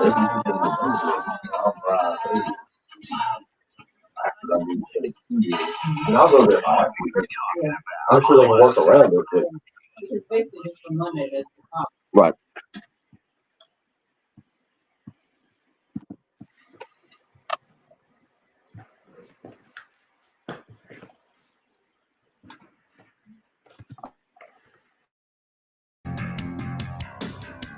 (803-404-6100). That's how you can join us each and every morning, or you can hop on the live stream where Tanya, Craig, Stephen, Hope, and Jason all weighing in there, and you can go and be a part of the program as well. One of the things we were talking about on the live stream was going back to that Dylan Lonergan deal, talking about two sport stars or two sport players. And Ross brought up, he says he doubts that Lonergan plays both. It's just a recruiting pitch to get him to sign. Well, I think baseball, football you can do, and Lonergan at least sounds like a good baseball player that could contribute. The one that I told Ross on our live stream, and again, you can go and be a part of that each and every morning if you want and weigh in, especially during the breaks. But the one I told Ross that's kind of crazy, Patrick, is Chandavian Bradley, the defensive end out of Kansas City area, the 5-star who just committed to Tennessee and is saying, oh, now I'm going to play basketball there as well. Now he's 6'5", 210.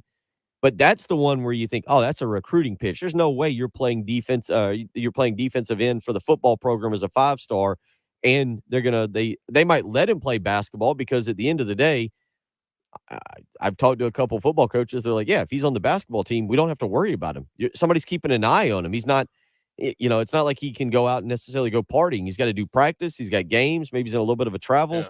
We can monitor him a little bit better. Doesn't Kool-Aid play basketball for Alabama?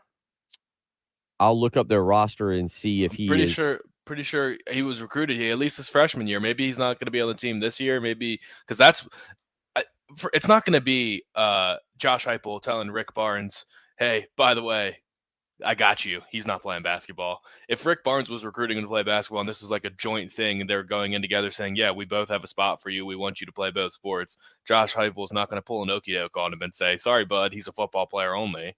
And Nick Saban's not going to do that either to Nate Oates or for a Kool-Aid type of guy or for whoever their baseball coach is. I have no idea. But I don't doubt that the player eventually will just say, okay, this is too much. I'm going to pick one and focus on it. But I don't think the coaches are just going to pull the rug out from underneath of them and say, sorry, bud, I know we recruited you for both, but now that we got you on campus and you're here, you're only playing football. I know it's happened in the past where they show up and they've been told they can play two sports. But again, it's all dependent on how good of a, like Tennessee to get a 5-star defensive end is going to say, South Carolina would do the same thing. What do we need to say to get you on campus? Oh, you want to play? Oh, you want to play on Tony Annan's soccer team? Yeah, go right. Sure. But coach, they play soccer at the same time as they Yeah. play football. It's cool. We'll figure out a way around it. Come on. Then you get on campus and you really need to focus on football. That's what we're going to need you to focus on. I don't see Saban sharing. He has though. Did you look up basketball? I Or do don't you want me to see do it? him on the ESPN roster for this past year. What's his actual name? JaQuincy McKinstry. No, I did not see him actually I do not see him on the ESPN roster. Now that he's on there as a walk-on another roster, but he is not listed on the ESPN article.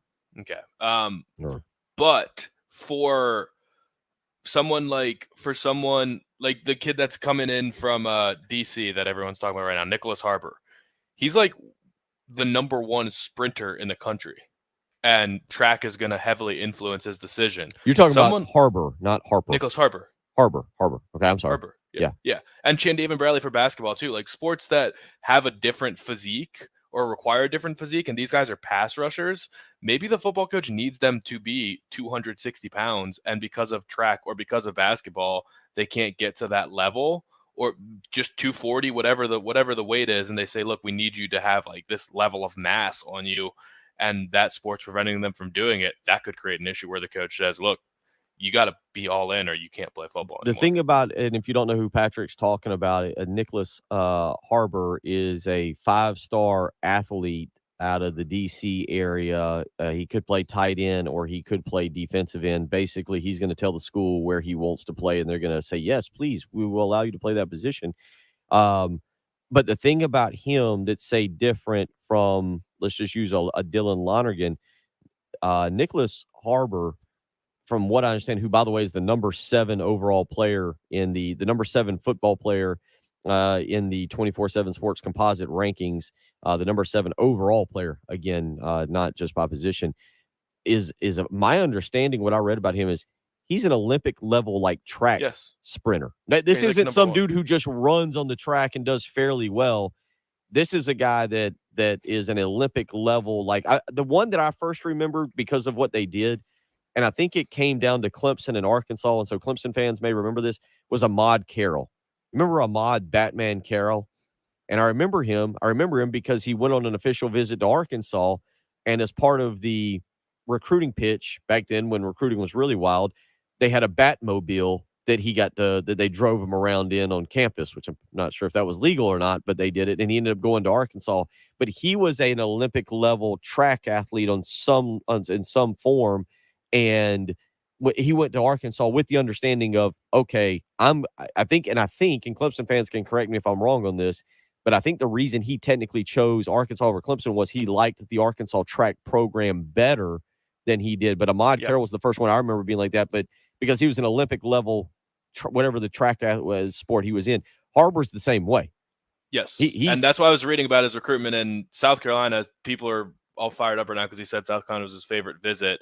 But Florida and LSU have won the last 2 national championships, I think, and those are 2 of schools on his 5 lists because he's got some sort of link to LSU through his dad, I believe, and then Florida is just always an incredible track program. So, yeah, if you haven't seen him, look up his name. It's like NYCKOLES, Harbor. The videos of him sprinting are jaw-dropping. Like, it's nuts how athletic this kid is. He's so much bigger than everyone and running faster than guys half his size. It's wild to watch. Craig says on our live stream, he's faster than any receiver we are recruiting. We'll continue talking about that. I've said that we'll get to Gamecock Larry as well. We need to do that. You're listening to the early game on 107.5 The Game. Here's what's coming up on the next Game Time. Hey, it's Heath. Coming up on Tuesday, Mike Morgan joins me for his regular weekly segment, Tuesdays with Morgan. Find out how his Tulum vacation went last week. I go to Akron. Morgan goes to Tulum because he's got that ESPN money. Plus, we'll check in on the Braves and the Mets. We will see you at 3. Game Time with Heath Klein. 3 to 6 p.m. on your home of the Gamecocks. 107.5 The Game. 107.5 The Game traffic from the Shepherd's Glass Traffic Center. Shepherd's Glass, a true reflection of quality. ShepherdsGlass.com. Still working that earlier accident coming up from Orangeburg. I-26 westbound there at exit 136. There is a a tie-up there due to an earlier crash. Might see some rain today. Certainly a lot of clouds. 88 for the high, 93 tomorrow for the high with some afternoon storms.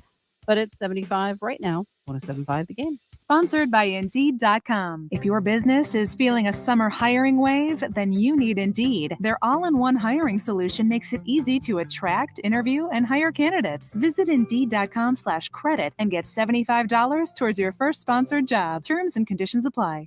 Life matters. In the 1961 Major League All-Star Game, a pitcher was charged with a balk when he was actually blown off the mound by a strong gust of wind.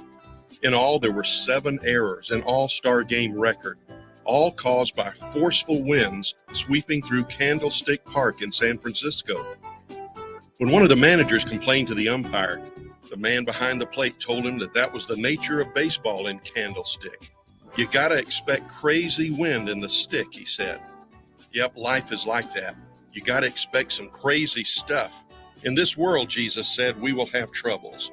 In fact, he said, don't worry about tomorrow because today has enough trouble of its own. The good news is that he does promise to listen when we call, and he knows how to help. This is Pastor Stephen Chitty from Christian Life Church in Columbia. Remember, life matters, and so do you. Go to clcolumbia.com for in-person and live streaming service times. Hey, if you've got a hole in your roof or you need a whole new roof, you need to call Mid-State Roofing, 356-1919. For nearly a quarter of a century, Mid-State Roofing has established its reputation as the leader in the roofing industry. Whether it's above your head or at your feet, perhaps a leaky foundation, 356-1919 is the number to call for all your roofing and waterproofing needs. The quality and craftsmanship of a Mid-State roofing system are tops in the industry, especially commercial and industrial roofing systems. If you own or you're in charge of a large building, warehouse, or industrial facility, Yeah, Harbor's. We'll see what happens. I'm with Patrick. I don't know where you put him in terms of a position.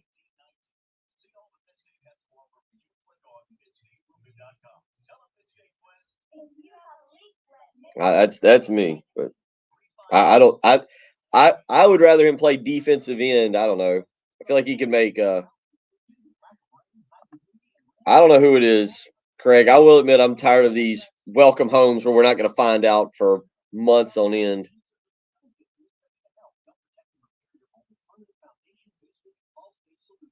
That's fixmyfoundation.com.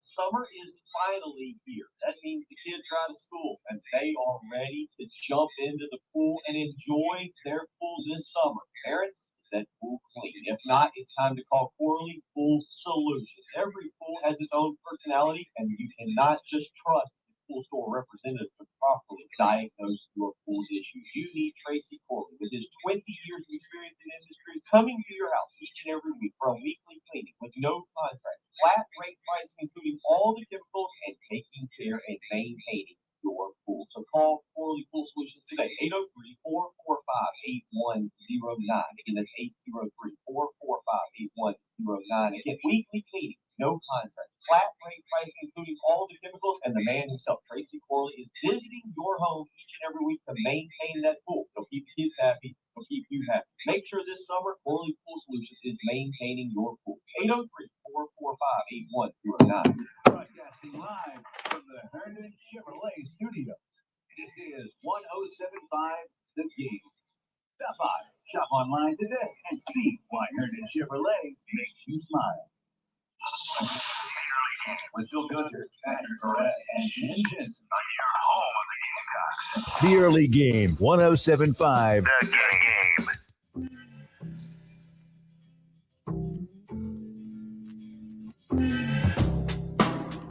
7:51 on a Tuesday morning. Bill Gunner, Patrick Perrette, Jen Jensen. And let's get out to the Love Chevy phone lines, Jen, where Gamecock Larry has held patiently through the morning. Gamecock Larry, how you feeling this morning? Still got him? Is he there? I think I do. Oh, he is I feel like we hear Uh-oh. breakfast items clanging around in the background. I know that's not us. We got Gamecock Larry? All right, we'll continue to We'll try to get him back. I thought he was still there. We'll see if we can locate him. He is maybe the liver pudding needed to come out of the microwave. 803-404-6100. We'll get more into this two-sport athlete conversation in the next hour. It is kind of interesting. A couple of y'all weighing in, Buddy weighing in and saying Willie Gault went to Tennessee to run track, and he was an Olympic sprinter and wound up playing wide receiver.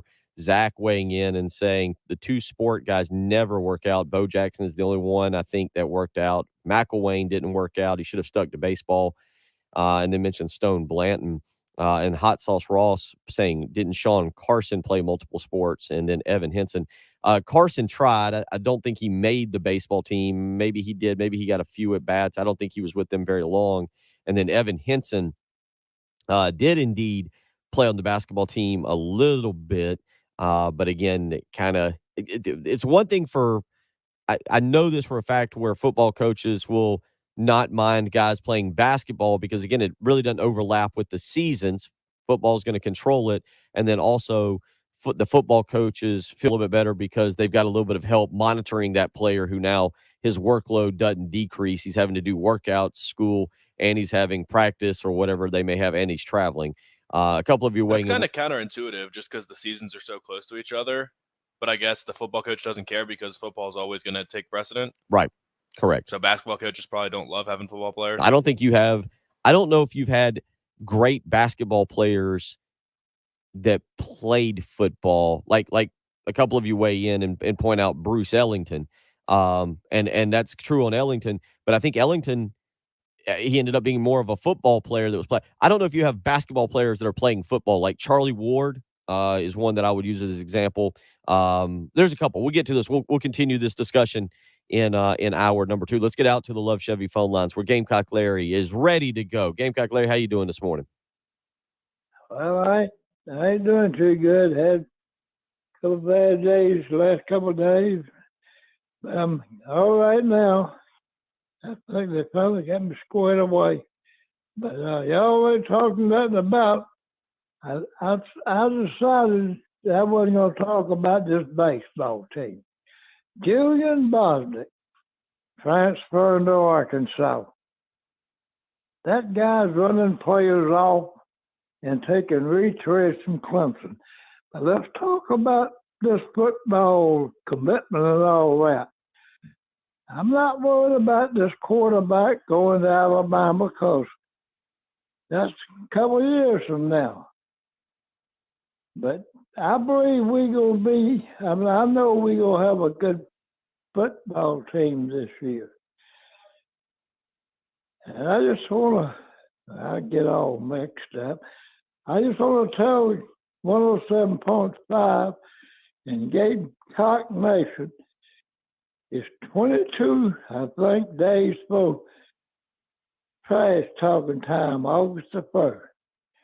But I can't talk too much trash.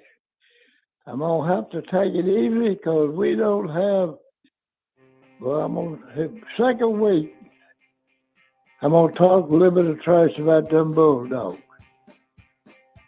First week, I'm not going to say anything about Georgia State because I like Sean Elliott.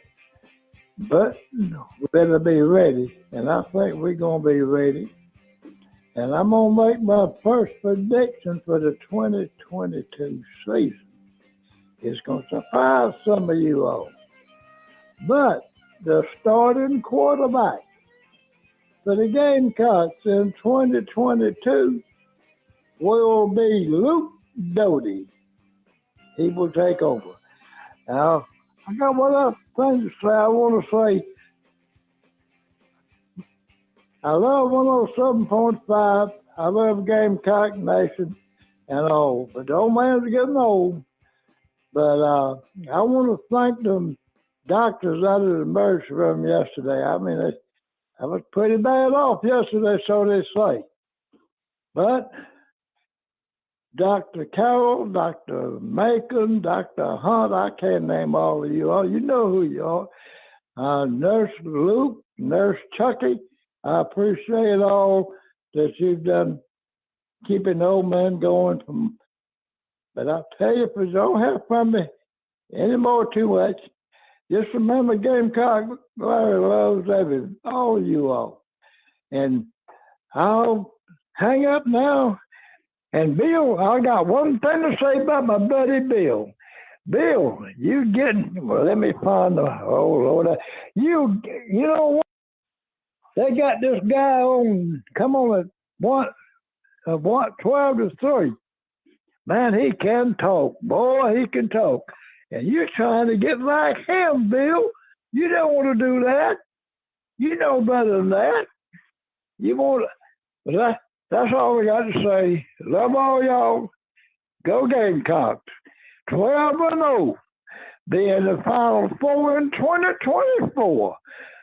Go Gamecocks. Kingston got to go. Jesus, you're going in that way. Appreciate you calling in. We love you. Get yourself better. We love you, buddy. We'll be back. Hour 3's next. The home of the Gamecocks. 107.5 The Game. WNKT FM, Eastover, Columbia. A Cumulus media station. Ever since you, Dierks Bentley. Beers on Me Tour 2022, July 14th, Credit One Stadium, Charleston.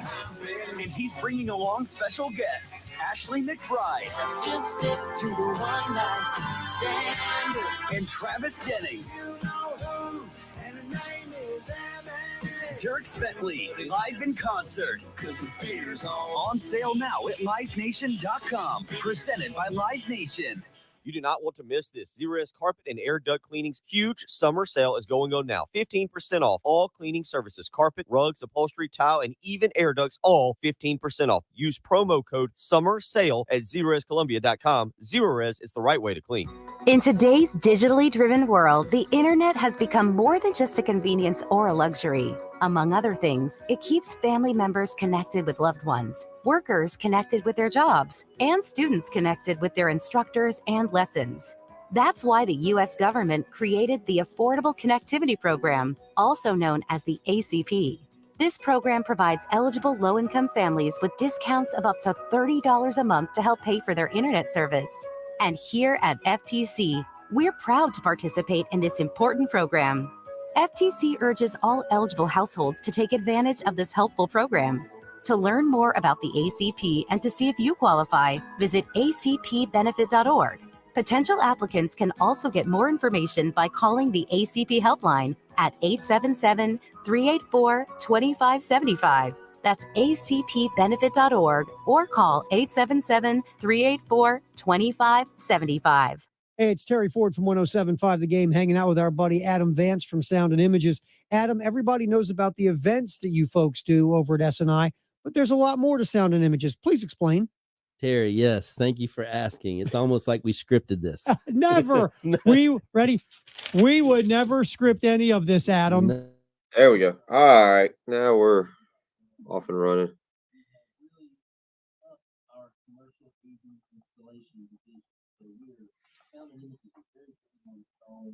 All types of PA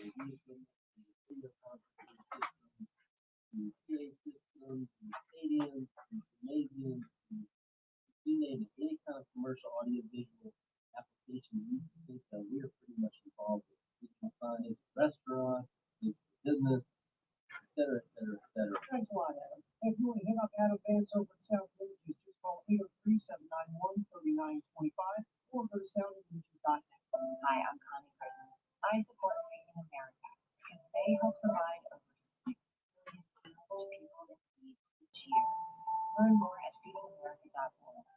Feeding America, 200 food banks strong.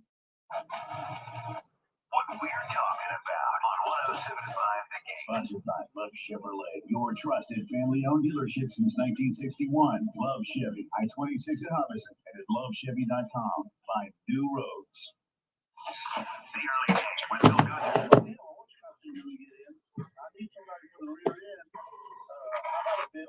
Goodman.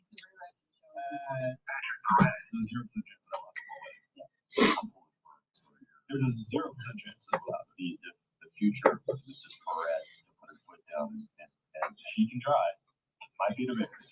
William Byron referring to Joey Logano Yeah, standard. vocabulary straight out of the Jen Jensen playbook right there when not happy with how something ends. On your home of the Gamecocks, 107.5 The Game.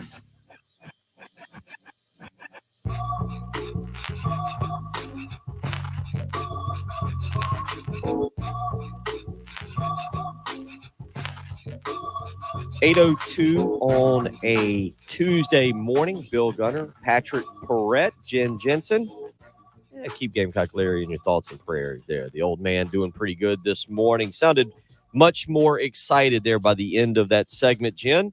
Sounded like he was fired up and ready to challenge the quarterback spot himself. Maybe go out there and challenge Luke Doty and Spencer Rattler. A little bit. And he has a birthday coming up in just a few weeks. So he's pretty fired up about that too. And I said, well, that bridges us into football season. You know, it makes sense. It's Gamecock Larry's birthday.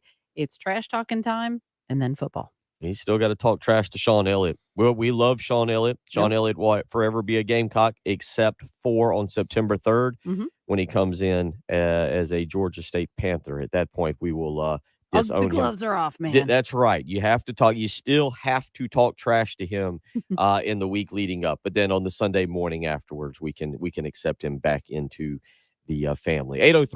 803-404-6100 if you want to be a part of the program this morning, this hour. We'll get back into this two-sport athlete conversation. It's kind of interesting to get into that and hear people's opinions on that. Patrick, we got into this because yesterday Dylan Lonergan chose Alabama over South Carolina. And I'll say it again, I think that it is a blow. I'm not trying to say that, South Carolina is going to be perfectly fine. Dylan Lonergan is a top 10 quarterback nationally. He's a top 100 player nationally. But when I see guys who are trying to balance two sports, football and baseball in particular, I think it's really difficult, and especially to be a quarterback at a high major, at a Power 5 conference level. Again, we've seen guys do it. So it's not impossible. But Patrick, if I'm putting all and South Carolina wasn't putting all their eggs in the Dylan Lonergan basket, but it does cause me to raise my eyebrows a little bit when a guy said, well, I'm going to try and do both because, he's going to come in and compete. But if he's playing baseball in the spring and he's spending most of the time with them, that makes it really difficult for him to develop in the spring like you would need him to. Yeah, but also, I don't know. I just have confidence that people can do it because we've seen it. Somebody texted in and said the only two-sport athlete to ever work out was Bo Jackson. That's just not true at all. We've already named several in this program that played the quarterback position. Kyler Murray, Jameis Winston are two of them. Just because Brandon McElwain didn't work out here and a couple guys haven't worked out in the past doesn't mean it can't happen. If you're that special, you're just that special. Let me give you another example, and this is going to be you were. This actually might have been pre your time, but a guy from your relative area. Do you remember Ronald Curry? No. Okay, look up Ronald Curry. And then the question would be, was Ronald Curry successful in doing what he did, or should have he focused on one? The answer to the question is he played at North Carolina, he played football, and he played basketball. And he started. And he was a good player. But I think that's where you stop, is that he was a good player. I don't know if I would ever deem Ronald Curry as a great point guard at North Carolina. Maybe I'm wrong. Maybe he's got much better stats than I realize. My buddy Murray Kynard, who's a huge North Carolina fan, might be able to correct me on that and say, no. Ronald Curry was an incredible point guard. But I don't know if he was ever a great quarterback or a great point guard. Now, Ronald Curry went on to an NFL career as a wide receiver, and I remember him with the Oakland Raiders. So he did go on to an NFL career, but I don't know if his career ever matched up to, say, a Charlie Ward, who is another guy who I think excelled at the two sports stuff, football and basketball, better than anybody I can really remember. But again, this day and age, it's really, really difficult. Yeah, I would think Ronald Curry had a successful career. I mean, he made it to the NFL, and once you get to the NFL, that's all that you can ask for in college. Then it's up to you to make a career for yourself. He's also still coaching football. He's the quarterback's coach for the Saints right now. So who is Ronald Curry? Really? Yep. Did not know that. Played 7 years. His NFL career finished in 2009, and then he started coaching in 2014 and is coached with the 49ers and Saints. So yeah, pretty successful so far. But yeah, it's certain guys can do it. if you find out that you can't do it, then you'll quit one of the sports. Well, here's where I'm going. I'm not saying people can't do it. Like a couple of you weighing in. Rob DeBoer is an answer. Russell Wilson. Trey says kudos to Kyle Parker. Kyler Murray. I think here's my question when it comes to saying, all right, 2 sports stars. Jameis Winston was a 2 sports star, or I don't know if he was a star in baseball at Florida State, but I know he pitched. It's one thing to be a 2 sports star. It's another to go on and fulfill a professional career with one of those, right? Like being the absolute best you can be, because you got Jeff Grant's is on here. A lot of you are naming people, and I'm not. You're right, Patrick. It is very possible to be a 2-sport athlete at the collegiate level. We're not saying it's not. I think the question for me is always, did you maximize your potential in one sport? Because I've had these conversations. You always get these conversations as a parent with kids. Austin's 10, and I'm a believer in at that age, play as many sports as possible. You do as much. If he can do soccer and basketball, and Austin did like baseball, but I'd like to get him into golf and let him, if he wants to play football, flag football, whatever. I'm a big fan of that. And then it's a certain point, 14, 15 years old, you narrow down. But you see so many parents now, Patrick, and Jen, you're used to this. You've seen it. But you see so many parents who go almost full bore into the travel baseball is the one I see the most. I'm sure it's lacrosse, and I'm sure it's soccer as well. I see it some in soccer. But it's full bore 365 days a year. There becomes no other sports for that child to play, and they don't get any better in any other sport. I'm a big believer at that age, at 10, 11, 12, 13, 14. Play as much as you can. Expose them. And then at about 14 or 15, you narrow it down to what you're going to be good at. And then if you go to college, you really focus in on what you're going to be good at. No multi-sports in high school? You focus on one sport? No. Well, by no. I mean, look, there are certain schools that are smaller schools where I don't want to say it's easy to be a 3-sport star, but there's a difference in playing 3 sports and focusing a lot of your attention on one. Does that make sense? Yeah. I mean, I can see where you're playing multiple sports, but there may be one that you're a Better little at. more tuned in on. The summer is to me the great example of that. Like, it's hard to, I think when you get into high school, I think it's hard to be able to balance all you're doing, and this is it's almost a parent. We're almost going down a parenting question here to me. But when you're in high school, to try and balance 50-50, say playing 2 sports during the summer when you're trying to improve and get better. For example, I don't know. I know Lonergan, I don't know if he's gone to many football camps.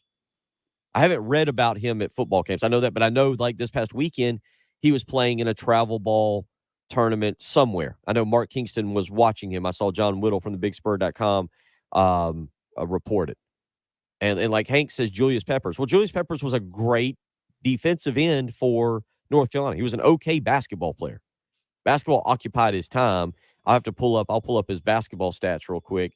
Yeah, playing 2 sports is not hard. We've identified that, right? With about the 37 text messages coming in that break all those down. Yeah. But I guess my point is, I think it's hard to, I think when you get to that level, you're trying to make it professional, you focus in on one sport. I think that conversation only goes for quarterbacks. Like, that's fine if that's what we want to say for quarterbacks. And there's certain cases where if your body needs to be built a certain way to play the position you're playing, like if you're on the line, if you play on the line on either side of the ball and you need to be a certain weight to be competitive, and then you're running track or you're playing basketball or you're playing a sport that requires you to be more, endurance focused and skinny, basically, for lack of a better term, then that can be a problem. But for most of the people, I really don't think it's that big of a deal. Maybe one sport has diminishing returns to some extent, but we've seen too many examples of being successful. And these kids also, and athletes just in general, know when it's not working. And we've seen plenty of people just decide, look, I did this for 1 year. At this point, I'm just going to fully focus on football, or I'm fully going to focus on basketball or whatever, and make that decision for themselves. They know when they're not performing at their best. Chad asks on our text line, Bill, do you think Shaq Rowland should have played both football and basketball? His collegiate career may have turned out for the better if he played both sports. I mean, in that vein, should have he played? Again, I'll give everybody an example that I think most will remember. Derek Watson was a good athlete at South Carolina. Let me take that back. Derek Watson was an incredible athlete. Doesn't necessarily mean he was a great basketball player. He was a good basketball player. Lou Holtz put him on Dave Odom's basketball team there for a little while to basically have somebody keep an eye on him so that he was constantly staying busy. Maybe that's what Shaq Rowland could have done. Was Shaq good enough to play at the SEC level in basketball? I don't know. Really good athlete. I didn't really have him pegged as a high major basketball player. I think he was an incredible high school player, and I think that he could have gone and played basketball at a lower level in college, but I'm not sure about the SEC level. Patrick, there's another guy, DeAndre Hopkins, was certainly a guy that had offers to Florida and several other schools to go play basketball, and well, you see what DeAndre Hopkins has gone on to do at the NFL career, at the NFL level. AJ Brown played baseball at Ole Miss. Okay.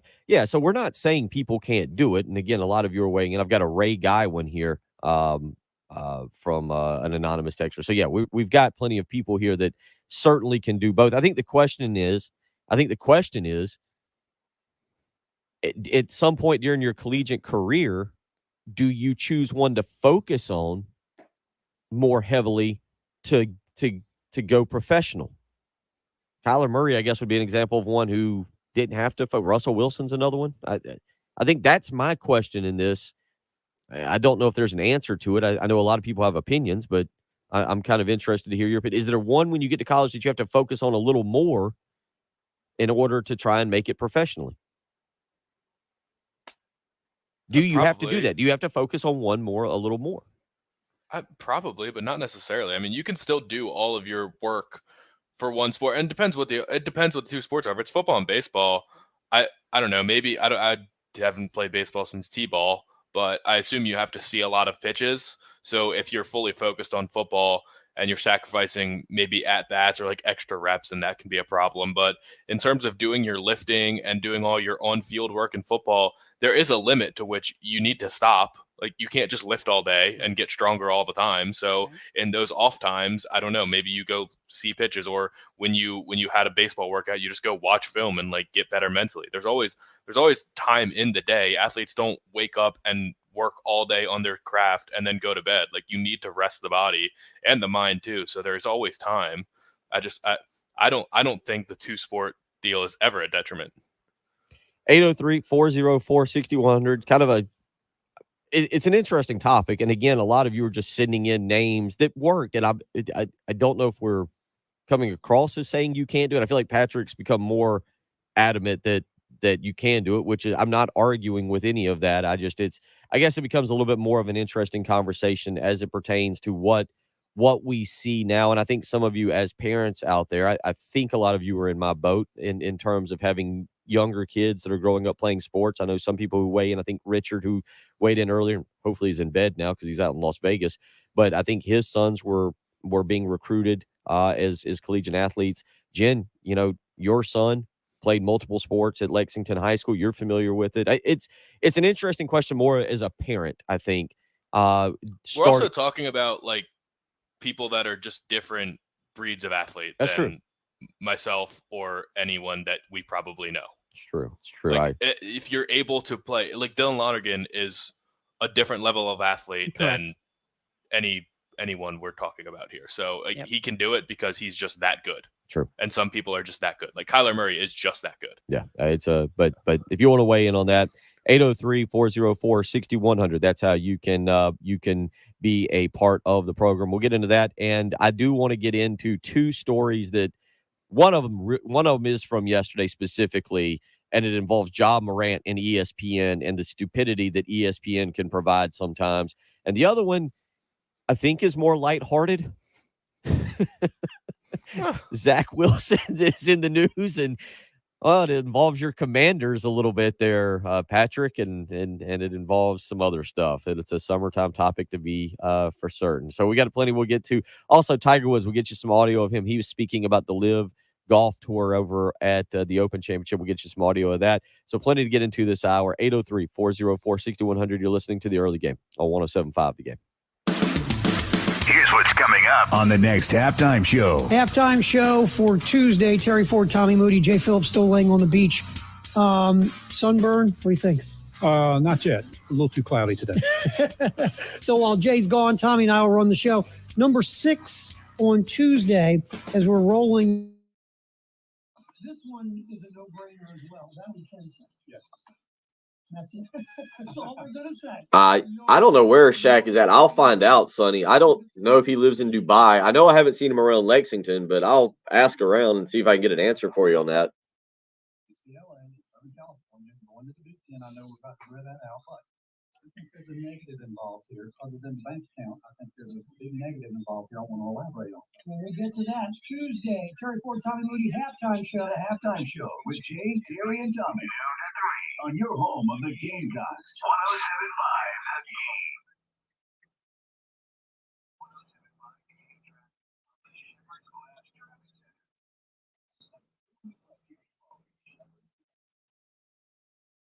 Well, things picked up on the highways just a little bit. I-26 eastbound at Piney Grove Road, we have reported an accident there. Also, right there in Malfunction Junction, I-26 eastbound at I-20, we have a report of an accident. Also, I-26 westbound right there at exit 136, still working that earlier accident. And the tie up Broad River Road near Bush River Road. Could see a little bit of rain today. Morning, Trey. But here's the thing. Was Julius Peppers a two-sport star, or did he play basketball because he was 6'7", 290? Like, Peppers' basketball averages was 5 points, 3 rebounds. I mean, that's definitely not – and he started 3 games in his career. Like, what if Julius Peppers –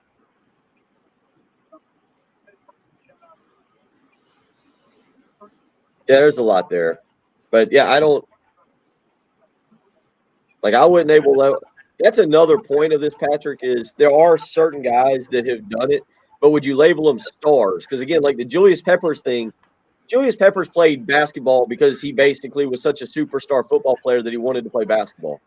He started 3 games in his career, averaged 5 points and 3 rebounds. Was it 4 rebounds? I might round up to 4 rebounds. All right, 4. I'll give him 4 rebounds. 3.7 rebounds. But is the question, is Dylan Lonergan going to be a star in both sports? The answer is almost always going to be no. I'm with I was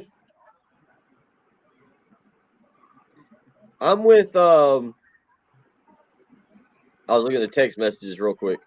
I mean, I'm going back to where Craig is. That's the thing. Like, and I hope this isn't offensive to South Carolina fans, but it's easier to be a 2-sport star at South Carolina than it is at Alabama, right? Like, your competition at quarterback is not 2 other 5-star guys, and whoever they bring in next year. Like, Alabama will have another 5-star next year with 3 elite quarterbacks focusing on football, and you're trying to do both. It doesn't matter how much better Alabama is than South Carolina. It just matters how good Dylan Lonergan is. Because Kyler Murray was able to do it at Oklahoma with a 5-star behind him. Jameis Winston was able to win a national championship at Florida State. Like, it doesn't matter how good Alabama is. It just matters how good Dylan Lonergan is. You say that. Who was Jameis Winston's competition? Because remember, they fell off the map. I don't think they had a quarterback after him. Okay, Kyler Murray. Those guys sucked. Kyler Murray.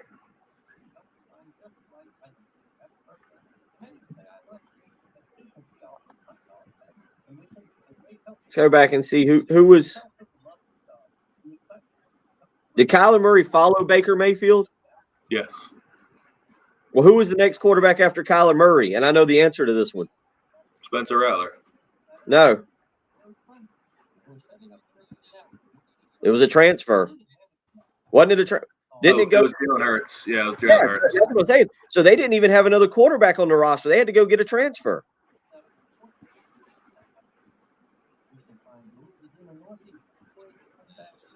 Okay. Someone had to have Austin Kendall. And he transferred 3 times. He ended up at West Virginia. Right. So, I mean, like people transferred out. He beat people out. But the point is not how good Alabama is. It just, if Dylan Lonergan's that good, it'll be fine. Kyler Murray could have done the same thing at Alabama. You think Kyler Murray wouldn't have started and won a Heisman at Alabama? Of course he would have. This is where I beg to differ. Because here's the thing. Kyler Murray wouldn't have won the starting job at Alabama, is that what you're saying? That's crazy. If you're about to say that, that's crazy. I'm going to tell you who he was competing against. He was 26. It was Tua. You think he would have beaten out Tua? I think he won the Heisman Trophy. Yeah, I think he would have beaten out Tua. Well, I mean, do you think he would have? All right, Trevor Lawrence never won a Heisman Trophy. Would have he beaten out Trevor Lawrence? I don't know. They both went number one. Would have been close. Probably because he's a better college football quarterback because he's ridiculously quick. No, I mean, my point is, like, I'm not sure that I understand what you're saying, but I also think if you're having to go against guys who have just as much competition, it's. If Ty Simpson's better than him, then Ty Simpson's going to start. If Eli Holstein's better than him, he's going to start. Yeah, but if they're focused on football all year long and he's not, that's going to probably make them better than him. If he's much smarter than them and much more physically gifted than them, then it won't matter. Well, then he better be much more physically gifted than them and much smarter.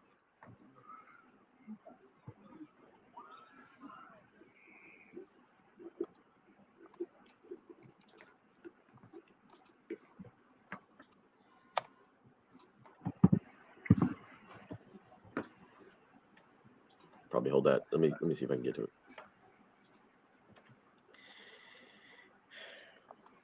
So, Patrick, in trash talking, which we all know Gamecock Larry is a professional trash talker.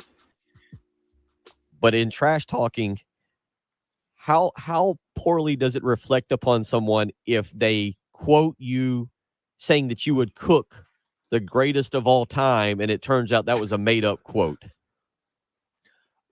The problem is there are people that now are thinking differently of John Morant today. They're like, wow, I don't like that John Morant. He's got a big mouth. And that's a problem. Yesterday, a fake quote attributed to John Morant was on ESPN's This Just In.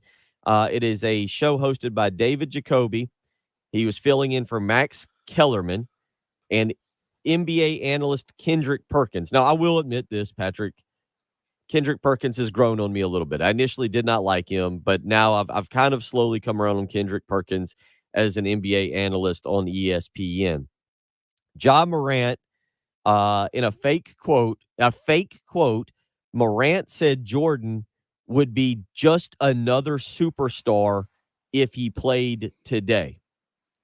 I mean, it's one of those things where, look, we come on here, early morning show, 6 a.m. to 9 a.m., despite what you may think from time to time. We do try to show prep and come in here and have some knowledge of what's going on, and we definitely try to make sure that we are not misquoting anybody. But Patrick, I mean, like you said, there is stuff like this, and John Morant is an up-and-coming star. We talk about name, image, likeness at the collegiate level. Also, the professional level, you start getting a few endorsements here or there, coming out and saying some stupid stuff in this day and age, probably not what you want to do. So if ESPN's going to start attributing stuff that you did not say to you, it's not a good look. Well, they've done this. This isn't the first time they've done this either. This Twitter page is very popular. Were you not going to say the name? Is it Ballsack Sports? It's Ballsack Sports. Ballsack, yeah. Okay, yeah. It's a Twitter page. You can find it. Yeah. And this is all they do is they post like fake tweets. Like we've seen the thing where people will make their Twitter name like Adarn Schefter and change their avatar to look like Adam Schefter and just put out fake tweets in the same way that he does so you can try and troll people. But yeah, that's what Ballsack Sports has been doing for a while, and they just keep hitting. It just keeps working. There's plenty of troll pages in the sports world, like 3 Year Letterman's one that just responds to people as like a youth football coach, and everyone gets all riled up. But this was like their Super Bowl for Ballsack Sports because they got on ESPN, and they've just been retweeting everything that comes out. So yeah, they're just building their brand as a troll sports reporting page, And the fact that ESPN fell for it with the research staff and everything they have is ridiculous. Yeah, just not good. Now, one thing that happened where a lot of this came from is Ja Morant did an interview, about an hour-long interview with Taylor Rooks that was released yesterday. I believe it was released on a podcast yesterday. And there's a lot of good stuff in the podcast. I actually heard some of it yesterday afternoon because, I was kind of sifting through some of this to see what may have been misconstrued. Ja Morant in the interview does kind of take a shot at Michael Jordan, but he defends it. I like this. Ja Morant was asked about playing against Michael Jordan and said, I would like to play against him. I would have cooked him too. Nobody has more confidence than 12, which is Ja Morant's number for those of you who don't know. Morant told Rooks after a question about how Morant would have fared against Jordan. And I like this from Ja Morant. You like this from your athletes. He says, I'm never going to say that somebody's going to beat me one-on-one in anything. I don't care what it is, what sport it is, soccer. Who is the best player in soccer? Come on, we can play. I like the attitude. There's your 2 sports star right there, buddy. But yeah, I mean, You like it as long as he doesn't actually play that second. Yeah, right. He knows that knows that Lionel Messi is not going to. It says for those keeping track, Morant said PSG star Lionel Messi is the best footballer in the world. But I like that attitude. But yeah, this is something just in terms of Ja Morant is an up and coming superstar, and he's a reason that I think, just like Michael Jordan was a reason that a lot of people get into the NBA, got into it 25 years ago, 30 years ago. Ja Morant and the way he plays the game. You and I talked about this during the playoffs. He's within my top 3 of guys I would go pay a ticket to watch these days. He's so electric with the ball. And I think, what was the game that he had? I think it was like 4 of 21. And I came in the next day. I was like, that's still electric. He was doing wild things with the ball. Yeah, he couldn't make a shot, but it was still fun to watch. Yeah, I worry about him though, because I just worry that he's going to be the next Derrick Rose because he's so athletic. Like, he just flies, and that's a large part of why he's so incredible. And it just didn't work for Derrick Rose. And you just can't be that springy for that long. I guess your body just can't handle it. So I hope that he can have a long career because he can dominate for a long time. But he's also, I mean, it's not like he's not skilled. We saw at Murray State, he was putting up like 20 assists in the NCAA tournament. Like, he's ridiculous. He's got great handle and he's got good vision. But the thing that makes him so electric is his athleticism and the way he can soar through the air. So I hope that we can keep that up and he can stay healthy.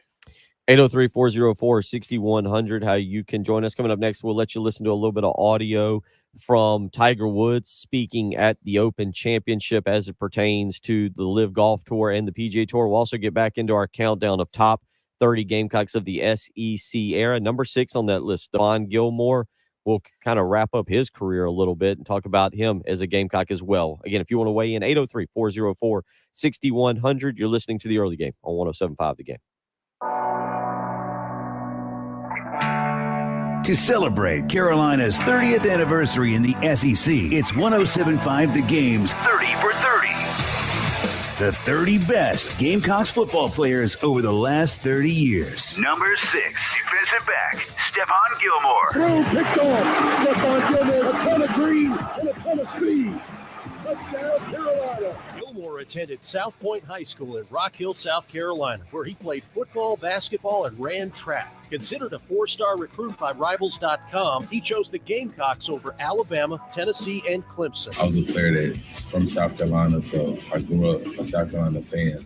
Anytime I got a chance to come back, I come back because this is where it all started. His freshman year at USC, Gilmore earned freshman All-American honors from College Football News. For his career, Gilmore picked off 8 passes, had 7 sacks, 15 tackles for loss, along with 181 total tackles. Stephon Gilmore, interception in the end zone. Gilmore was named All-SEC twice and was part of 3 bowl teams at Carolina. I just try to lead by example. I'm probably not as vocal as that I should be, but I try to lead by example and go 100% of the time. He completed a 29-yard pass to Alshon Jeffrey in the 4th quarter of the 2010 Chick-fil-A Bowl. And he'll throw it.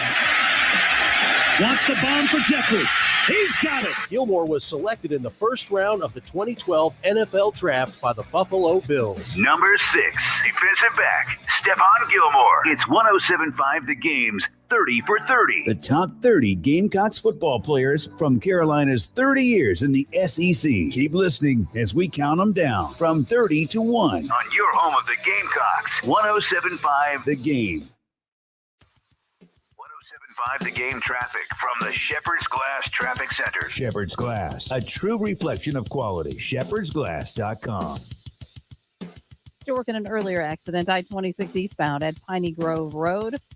Also, I-26 eastbound at I-20, a report of an accident there. Broad River Road near Bush River Road, there appears to be an accident as well. And I-26 westbound at exit 136, working that earlier crash. Looking for a high today of 88. Should be some clouds. Possibly we could be seeing some showers. Then tomorrow, some afternoon and evening storms. 93 for the high. Right now, sun's actually out. That's a good thing. 75 at 107.5 The Game. Ever since you, Dirk Bentley. Beers on Me Tour 2022, July 14th, Credit One Stadium, Charleston. And he's bringing along special guests, Ashley McBride. Correct. That's correct, Chuck.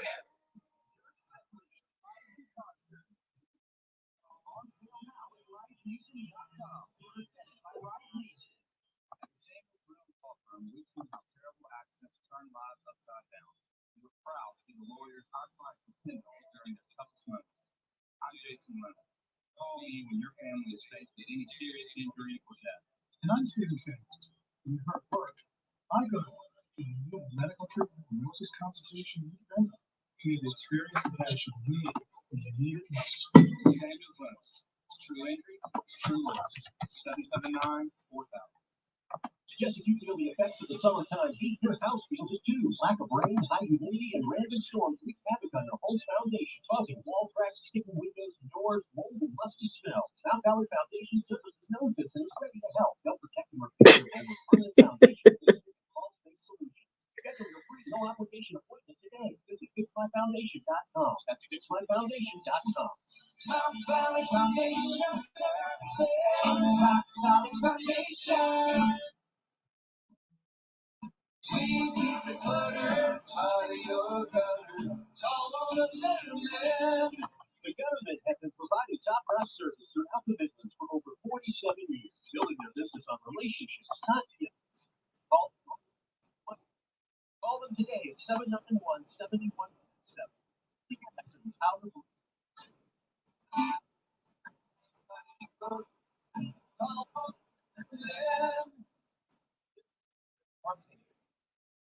Somerset, now 50% off all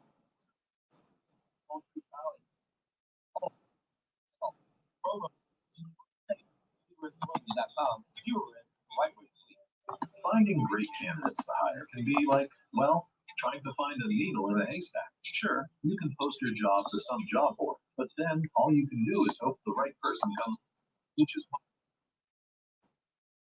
at ZipRecruiter.com.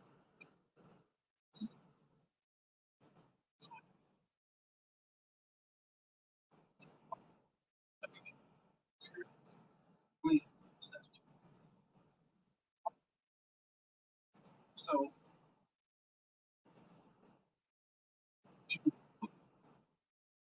but that makes sense.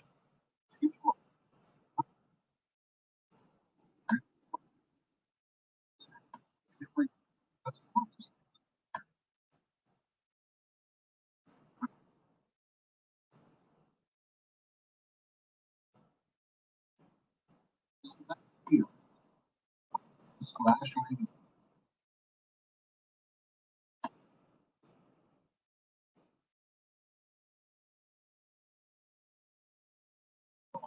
Their showrooms are built to classic to modern style. Now, closets, we can even talk to kitchen sink. See you at Hammer Street near the Fairgrounds and Williams Drive, Highway 6, Lightway in Lexington. Design services, expert advice for customers, contractors alike. Visit them online at Gateway Supply. Great news, Columbia. The special order $1 sales event is back at Caliana Chrysler Jeep on Greystone.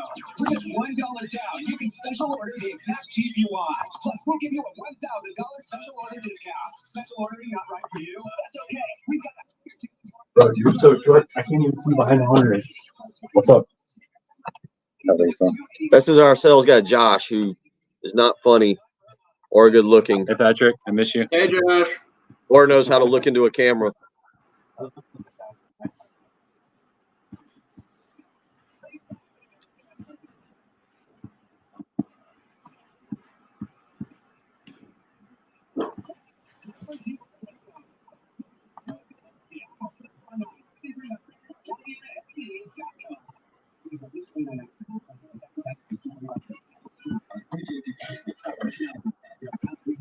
Hey, I just sent you another Tiger Woods audio. I don't think it's the same stuff.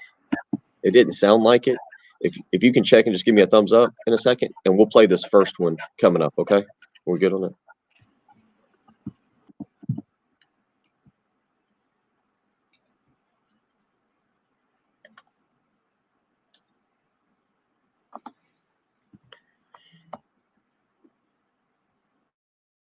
Morning, Bill Gunner, Patrick Perrette, Jen Jensen. We'll get you some audio here. Tiger Woods speaking about the LIV Golf Tour here this morning, I believe, over at the Open Championship. And he's being pretty pointed about some of these players and what's happening, Patrick. We're kind of getting the audio prepped and ready as another video has just popped up here on ESPN, but this is at the Open Championship. Yesterday was a really cool event. I don't know if you had a chance to really watch it. He was out there with Roy McIlroy and Jack Nicklaus.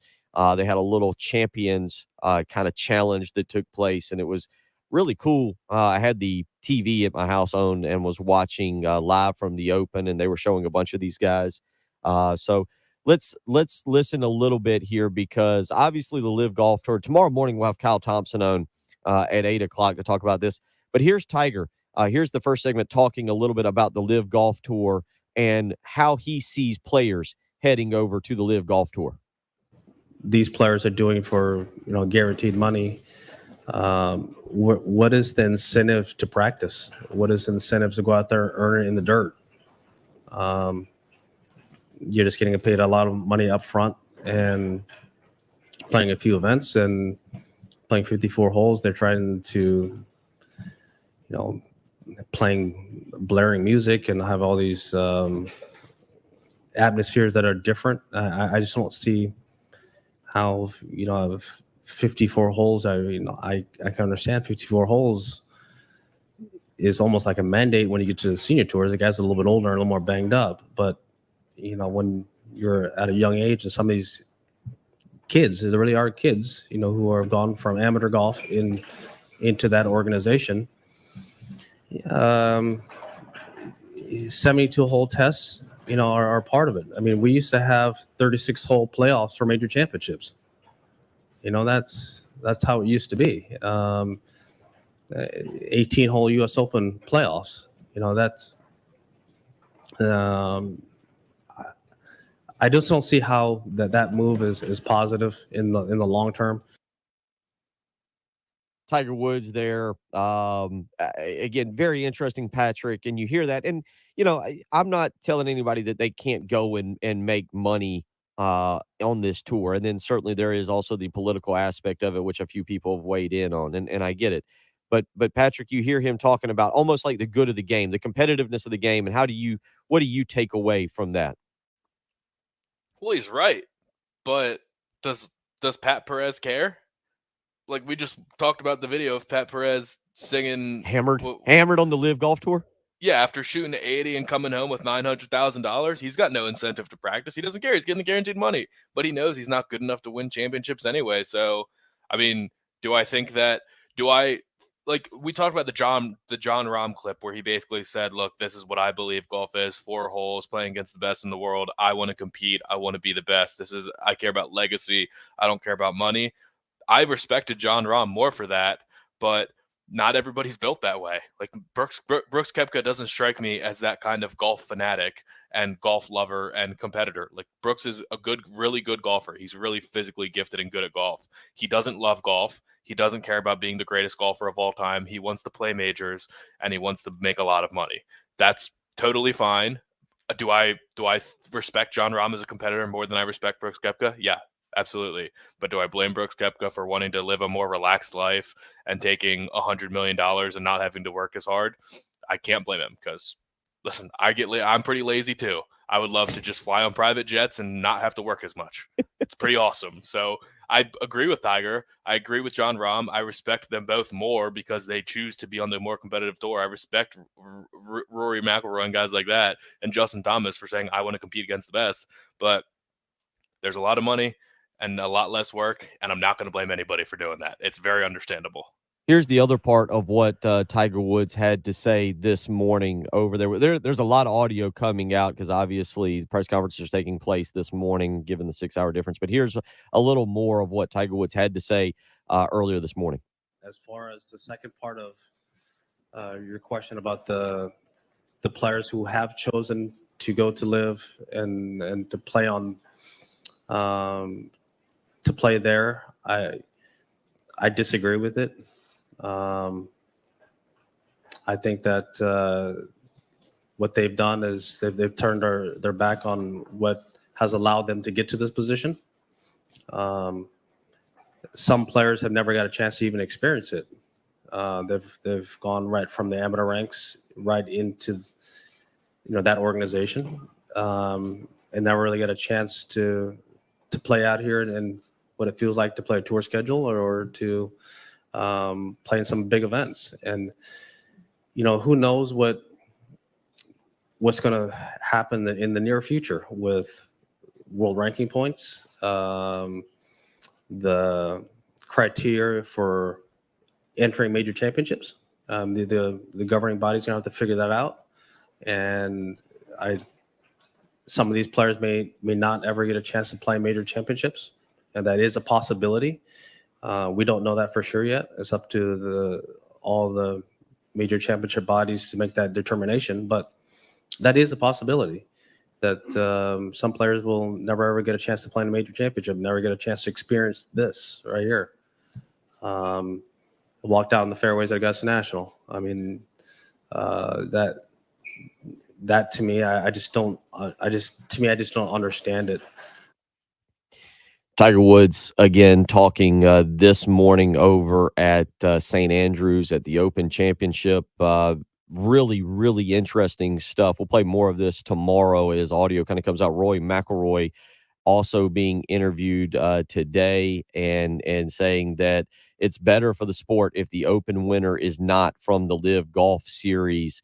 We'll get into this a little bit more, and certainly Kyle Thompson will join us tomorrow morning to kind of talk about it and get his thoughts. But if you want to weigh in, 803-404-6100, you're listening to The Early Game on 107.5 The Game. Here's what's coming up on the next Extra Point. Hey guys, Pearson Fowler here from The Extra Point, and coming up on the Tuesday edition of The Extra Point, we will have more conference realignment talk. Andy Staples over the weekend digging into some of the numbers. What do the eyeballs say about how teams and conferences should be realigning? Plus, continuing the countdown up to number 6 in the 30 best South Carolina players of the SEC era, and continuing to get ready for SEC Media Days.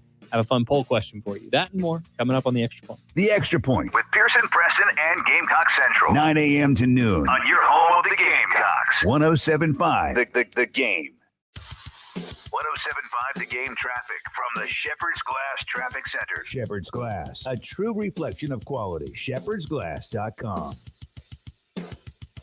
And taking a look at the traffic conditions out there, we have a report of traffic lights malfunctioning. That's Piney Grove Road at I-26. Again, traffic lights not working properly. Piney Grove Road at I-26. Also, I-26 eastbound at I-20, still working that earlier accident, as well as I-26 westbound after Highway 6 or exit 136. I-26 eastbound at Piney Grove Road, there is a tie-up there, and Broad River Road near Bush River Road, they're working to clean up that earlier accident. Chance for some rain today and a lot of clouds, 88 for the high. Increased chances for afternoon and evening storms tomorrow, 93. And by Thursday, a couple storms, 89 for the high. But a little bit overcast right now. It's 75, 107.5 The Game. Sponsored by Mattress Firm. There is still time to shop Mattress Firm's July 4th sale. Hurry in and save up to $500 on select mattresses from top brands. Plus, get a free adjustable base up to a $499 value with qualifying purchase. Call on the Elite Lawn and Landscape. Enjoy your weekends. Hire the Elite Team. Their maintenance plans are easy and affordable. Elite Team provides mowing, edging, weed eating and blowing, hedge trimming, mulch and pine straw application, flower bed maintenance, and more. Visit elitelawn.us to request a free estimate. Call on the Elite Lawn and Landscape, the landscape professionals. Did you know summer is the best time to get your carpets and air ducts cleaned? During the hot, humid summer months, bacteria and allergens are at an all-time high in your home. This summer, trust no one other than the cleaning experts at Zerorez Carpet and Air Duct Cleaning. With over 1,500 Google reviews, they are the most recommended cleaning company in the Midlands. And right now, they are having their huge summer sale. 15% off all cleaning services. Carpet, rugs, upholstery, tile, and air ducts, all 15% off. Use promo code SUMMERSALE at ZerorezColumbia.com. Zerorez is the right way to clean. If you're drowning in IRS debt and can't afford to pay, then you need to take advantage of special IRS tax programs that are available and free yourself from IRS collection efforts once and for all. Due to the financial hardship consumers are facing throughout the country, the Internal Revenue Service has made it easier to settle delinquent tax problems. An open phone line has been established by Community Tax for consumers to call and see if they qualify. Take down this number or store it in your cell phone, but call the Community Tax Helpline at 800-469-4689. If you owe back taxes to the IRS and cannot afford to pay them back, or even if you have years of unfiled tax returns, there's no need to fear anymore. But you have to call the Community Tax Helpline today at 800-469-4689 for the help that you need. Don't take on the IRS alone. They can attack your wages, savings, pension, home, and even your Social Security check. Call 800-469-4689 for your free consultation and to see if you qualify. That's 800-469-4689. In the wee hours of the night, when everyone else is fast asleep, you're the one on third shift, burning the midnight oil. When a part fails and everything comes to a grinding halt, regardless of what the clock on the wall says, you leap into action. Grainger is with you and all the ones who get it done. With 24/7 customer support by phone or click to chat. Call, click Grainger.com, or just stop by. Grainger, for the ones who get it done. My friend and I are taking a trip to Mexico this year, but neither of us speak Spanish. So we downloaded Babbel and started learning Spanish fast. Want to get conversational in another language in as little as 3 weeks? Babbel's quick 10-minute lessons were designed by language experts to be the most efficient and effective way to learn a new language. ¿Cómo te llamas? ¿Cómo te llamas? Babbel, language for life, celebrating 10 million subscriptions sold. Now try Babbel for free at Babbel.com. That's Babbel.com. Broadcasting live from the Herndon Chevrolet Studios. This is 107.5 The Game. Stop by or shop online today and see why Herndon Chevrolet makes you smile. The early game with Bill Gunter, Patrick Perez, and Jen Jensen on your home of the Gamecocks. 107.5 The Game.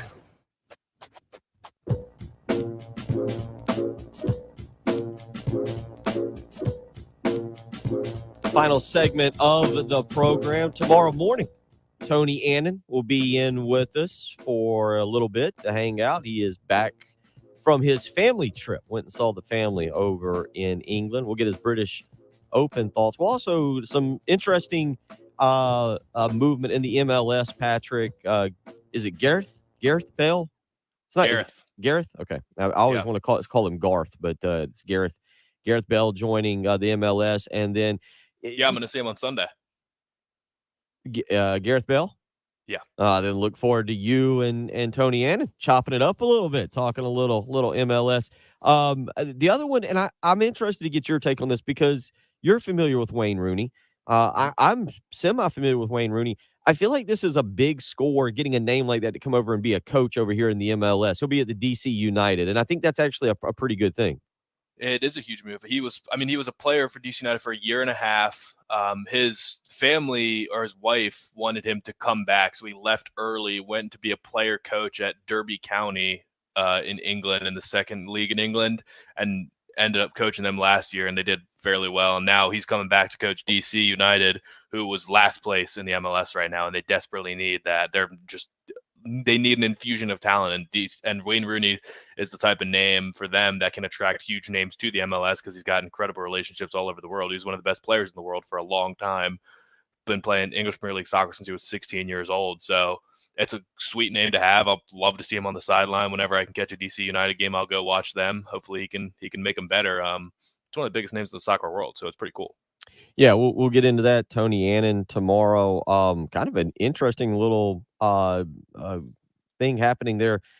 First year club Charlotte FC has gotten themselves up to 6th in the Eastern Conference. The Atlanta United, which was Tony's organization, apparently needing him back, they have fallen. They are 11th in the Eastern Conference, and Atlanta United have been pretty good. But Charlotte FC, remember, they fired their coach, and some things happened with David Tepper a few weeks ago, and made the right move, I guess. I guess so. So we'll get his take on that tomorrow morning. Also tomorrow morning, Kyle Thompson will join us.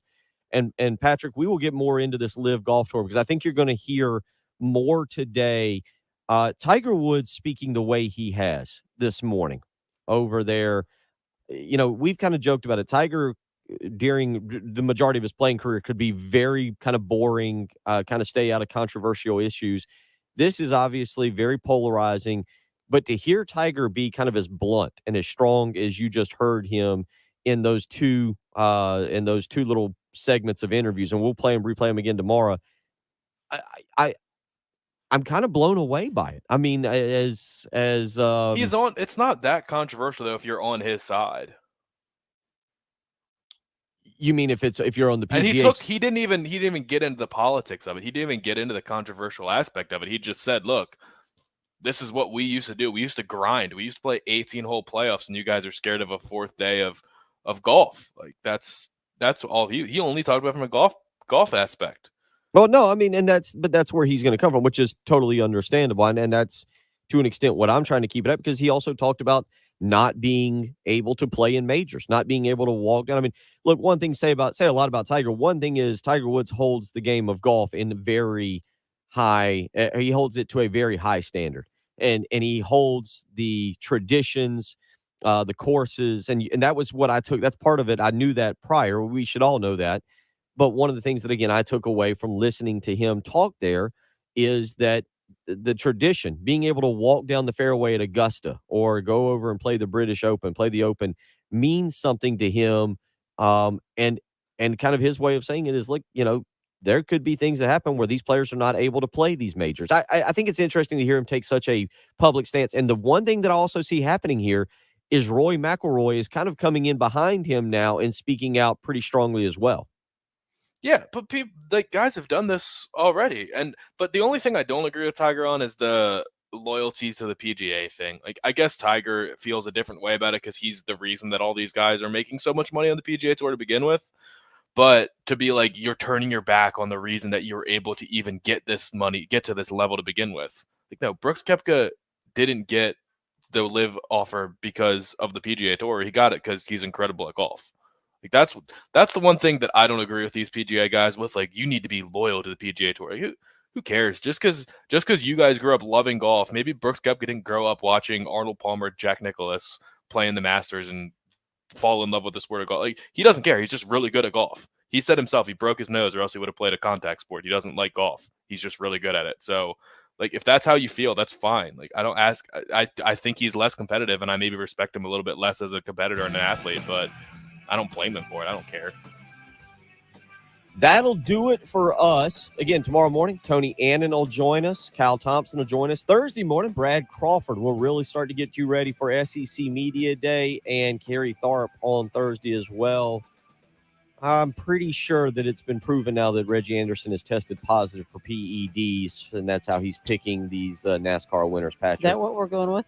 Yeah, there is definitely an investigation is underway, and we have discovered some illegal supplements. We've also discovered a very sore loser in one Bill Gunter.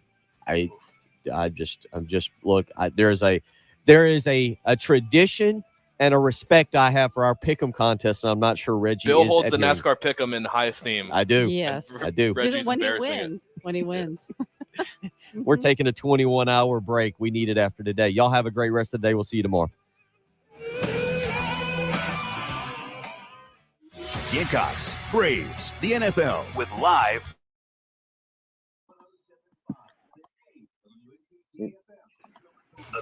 Been busy. All right. Yep. Busy morning.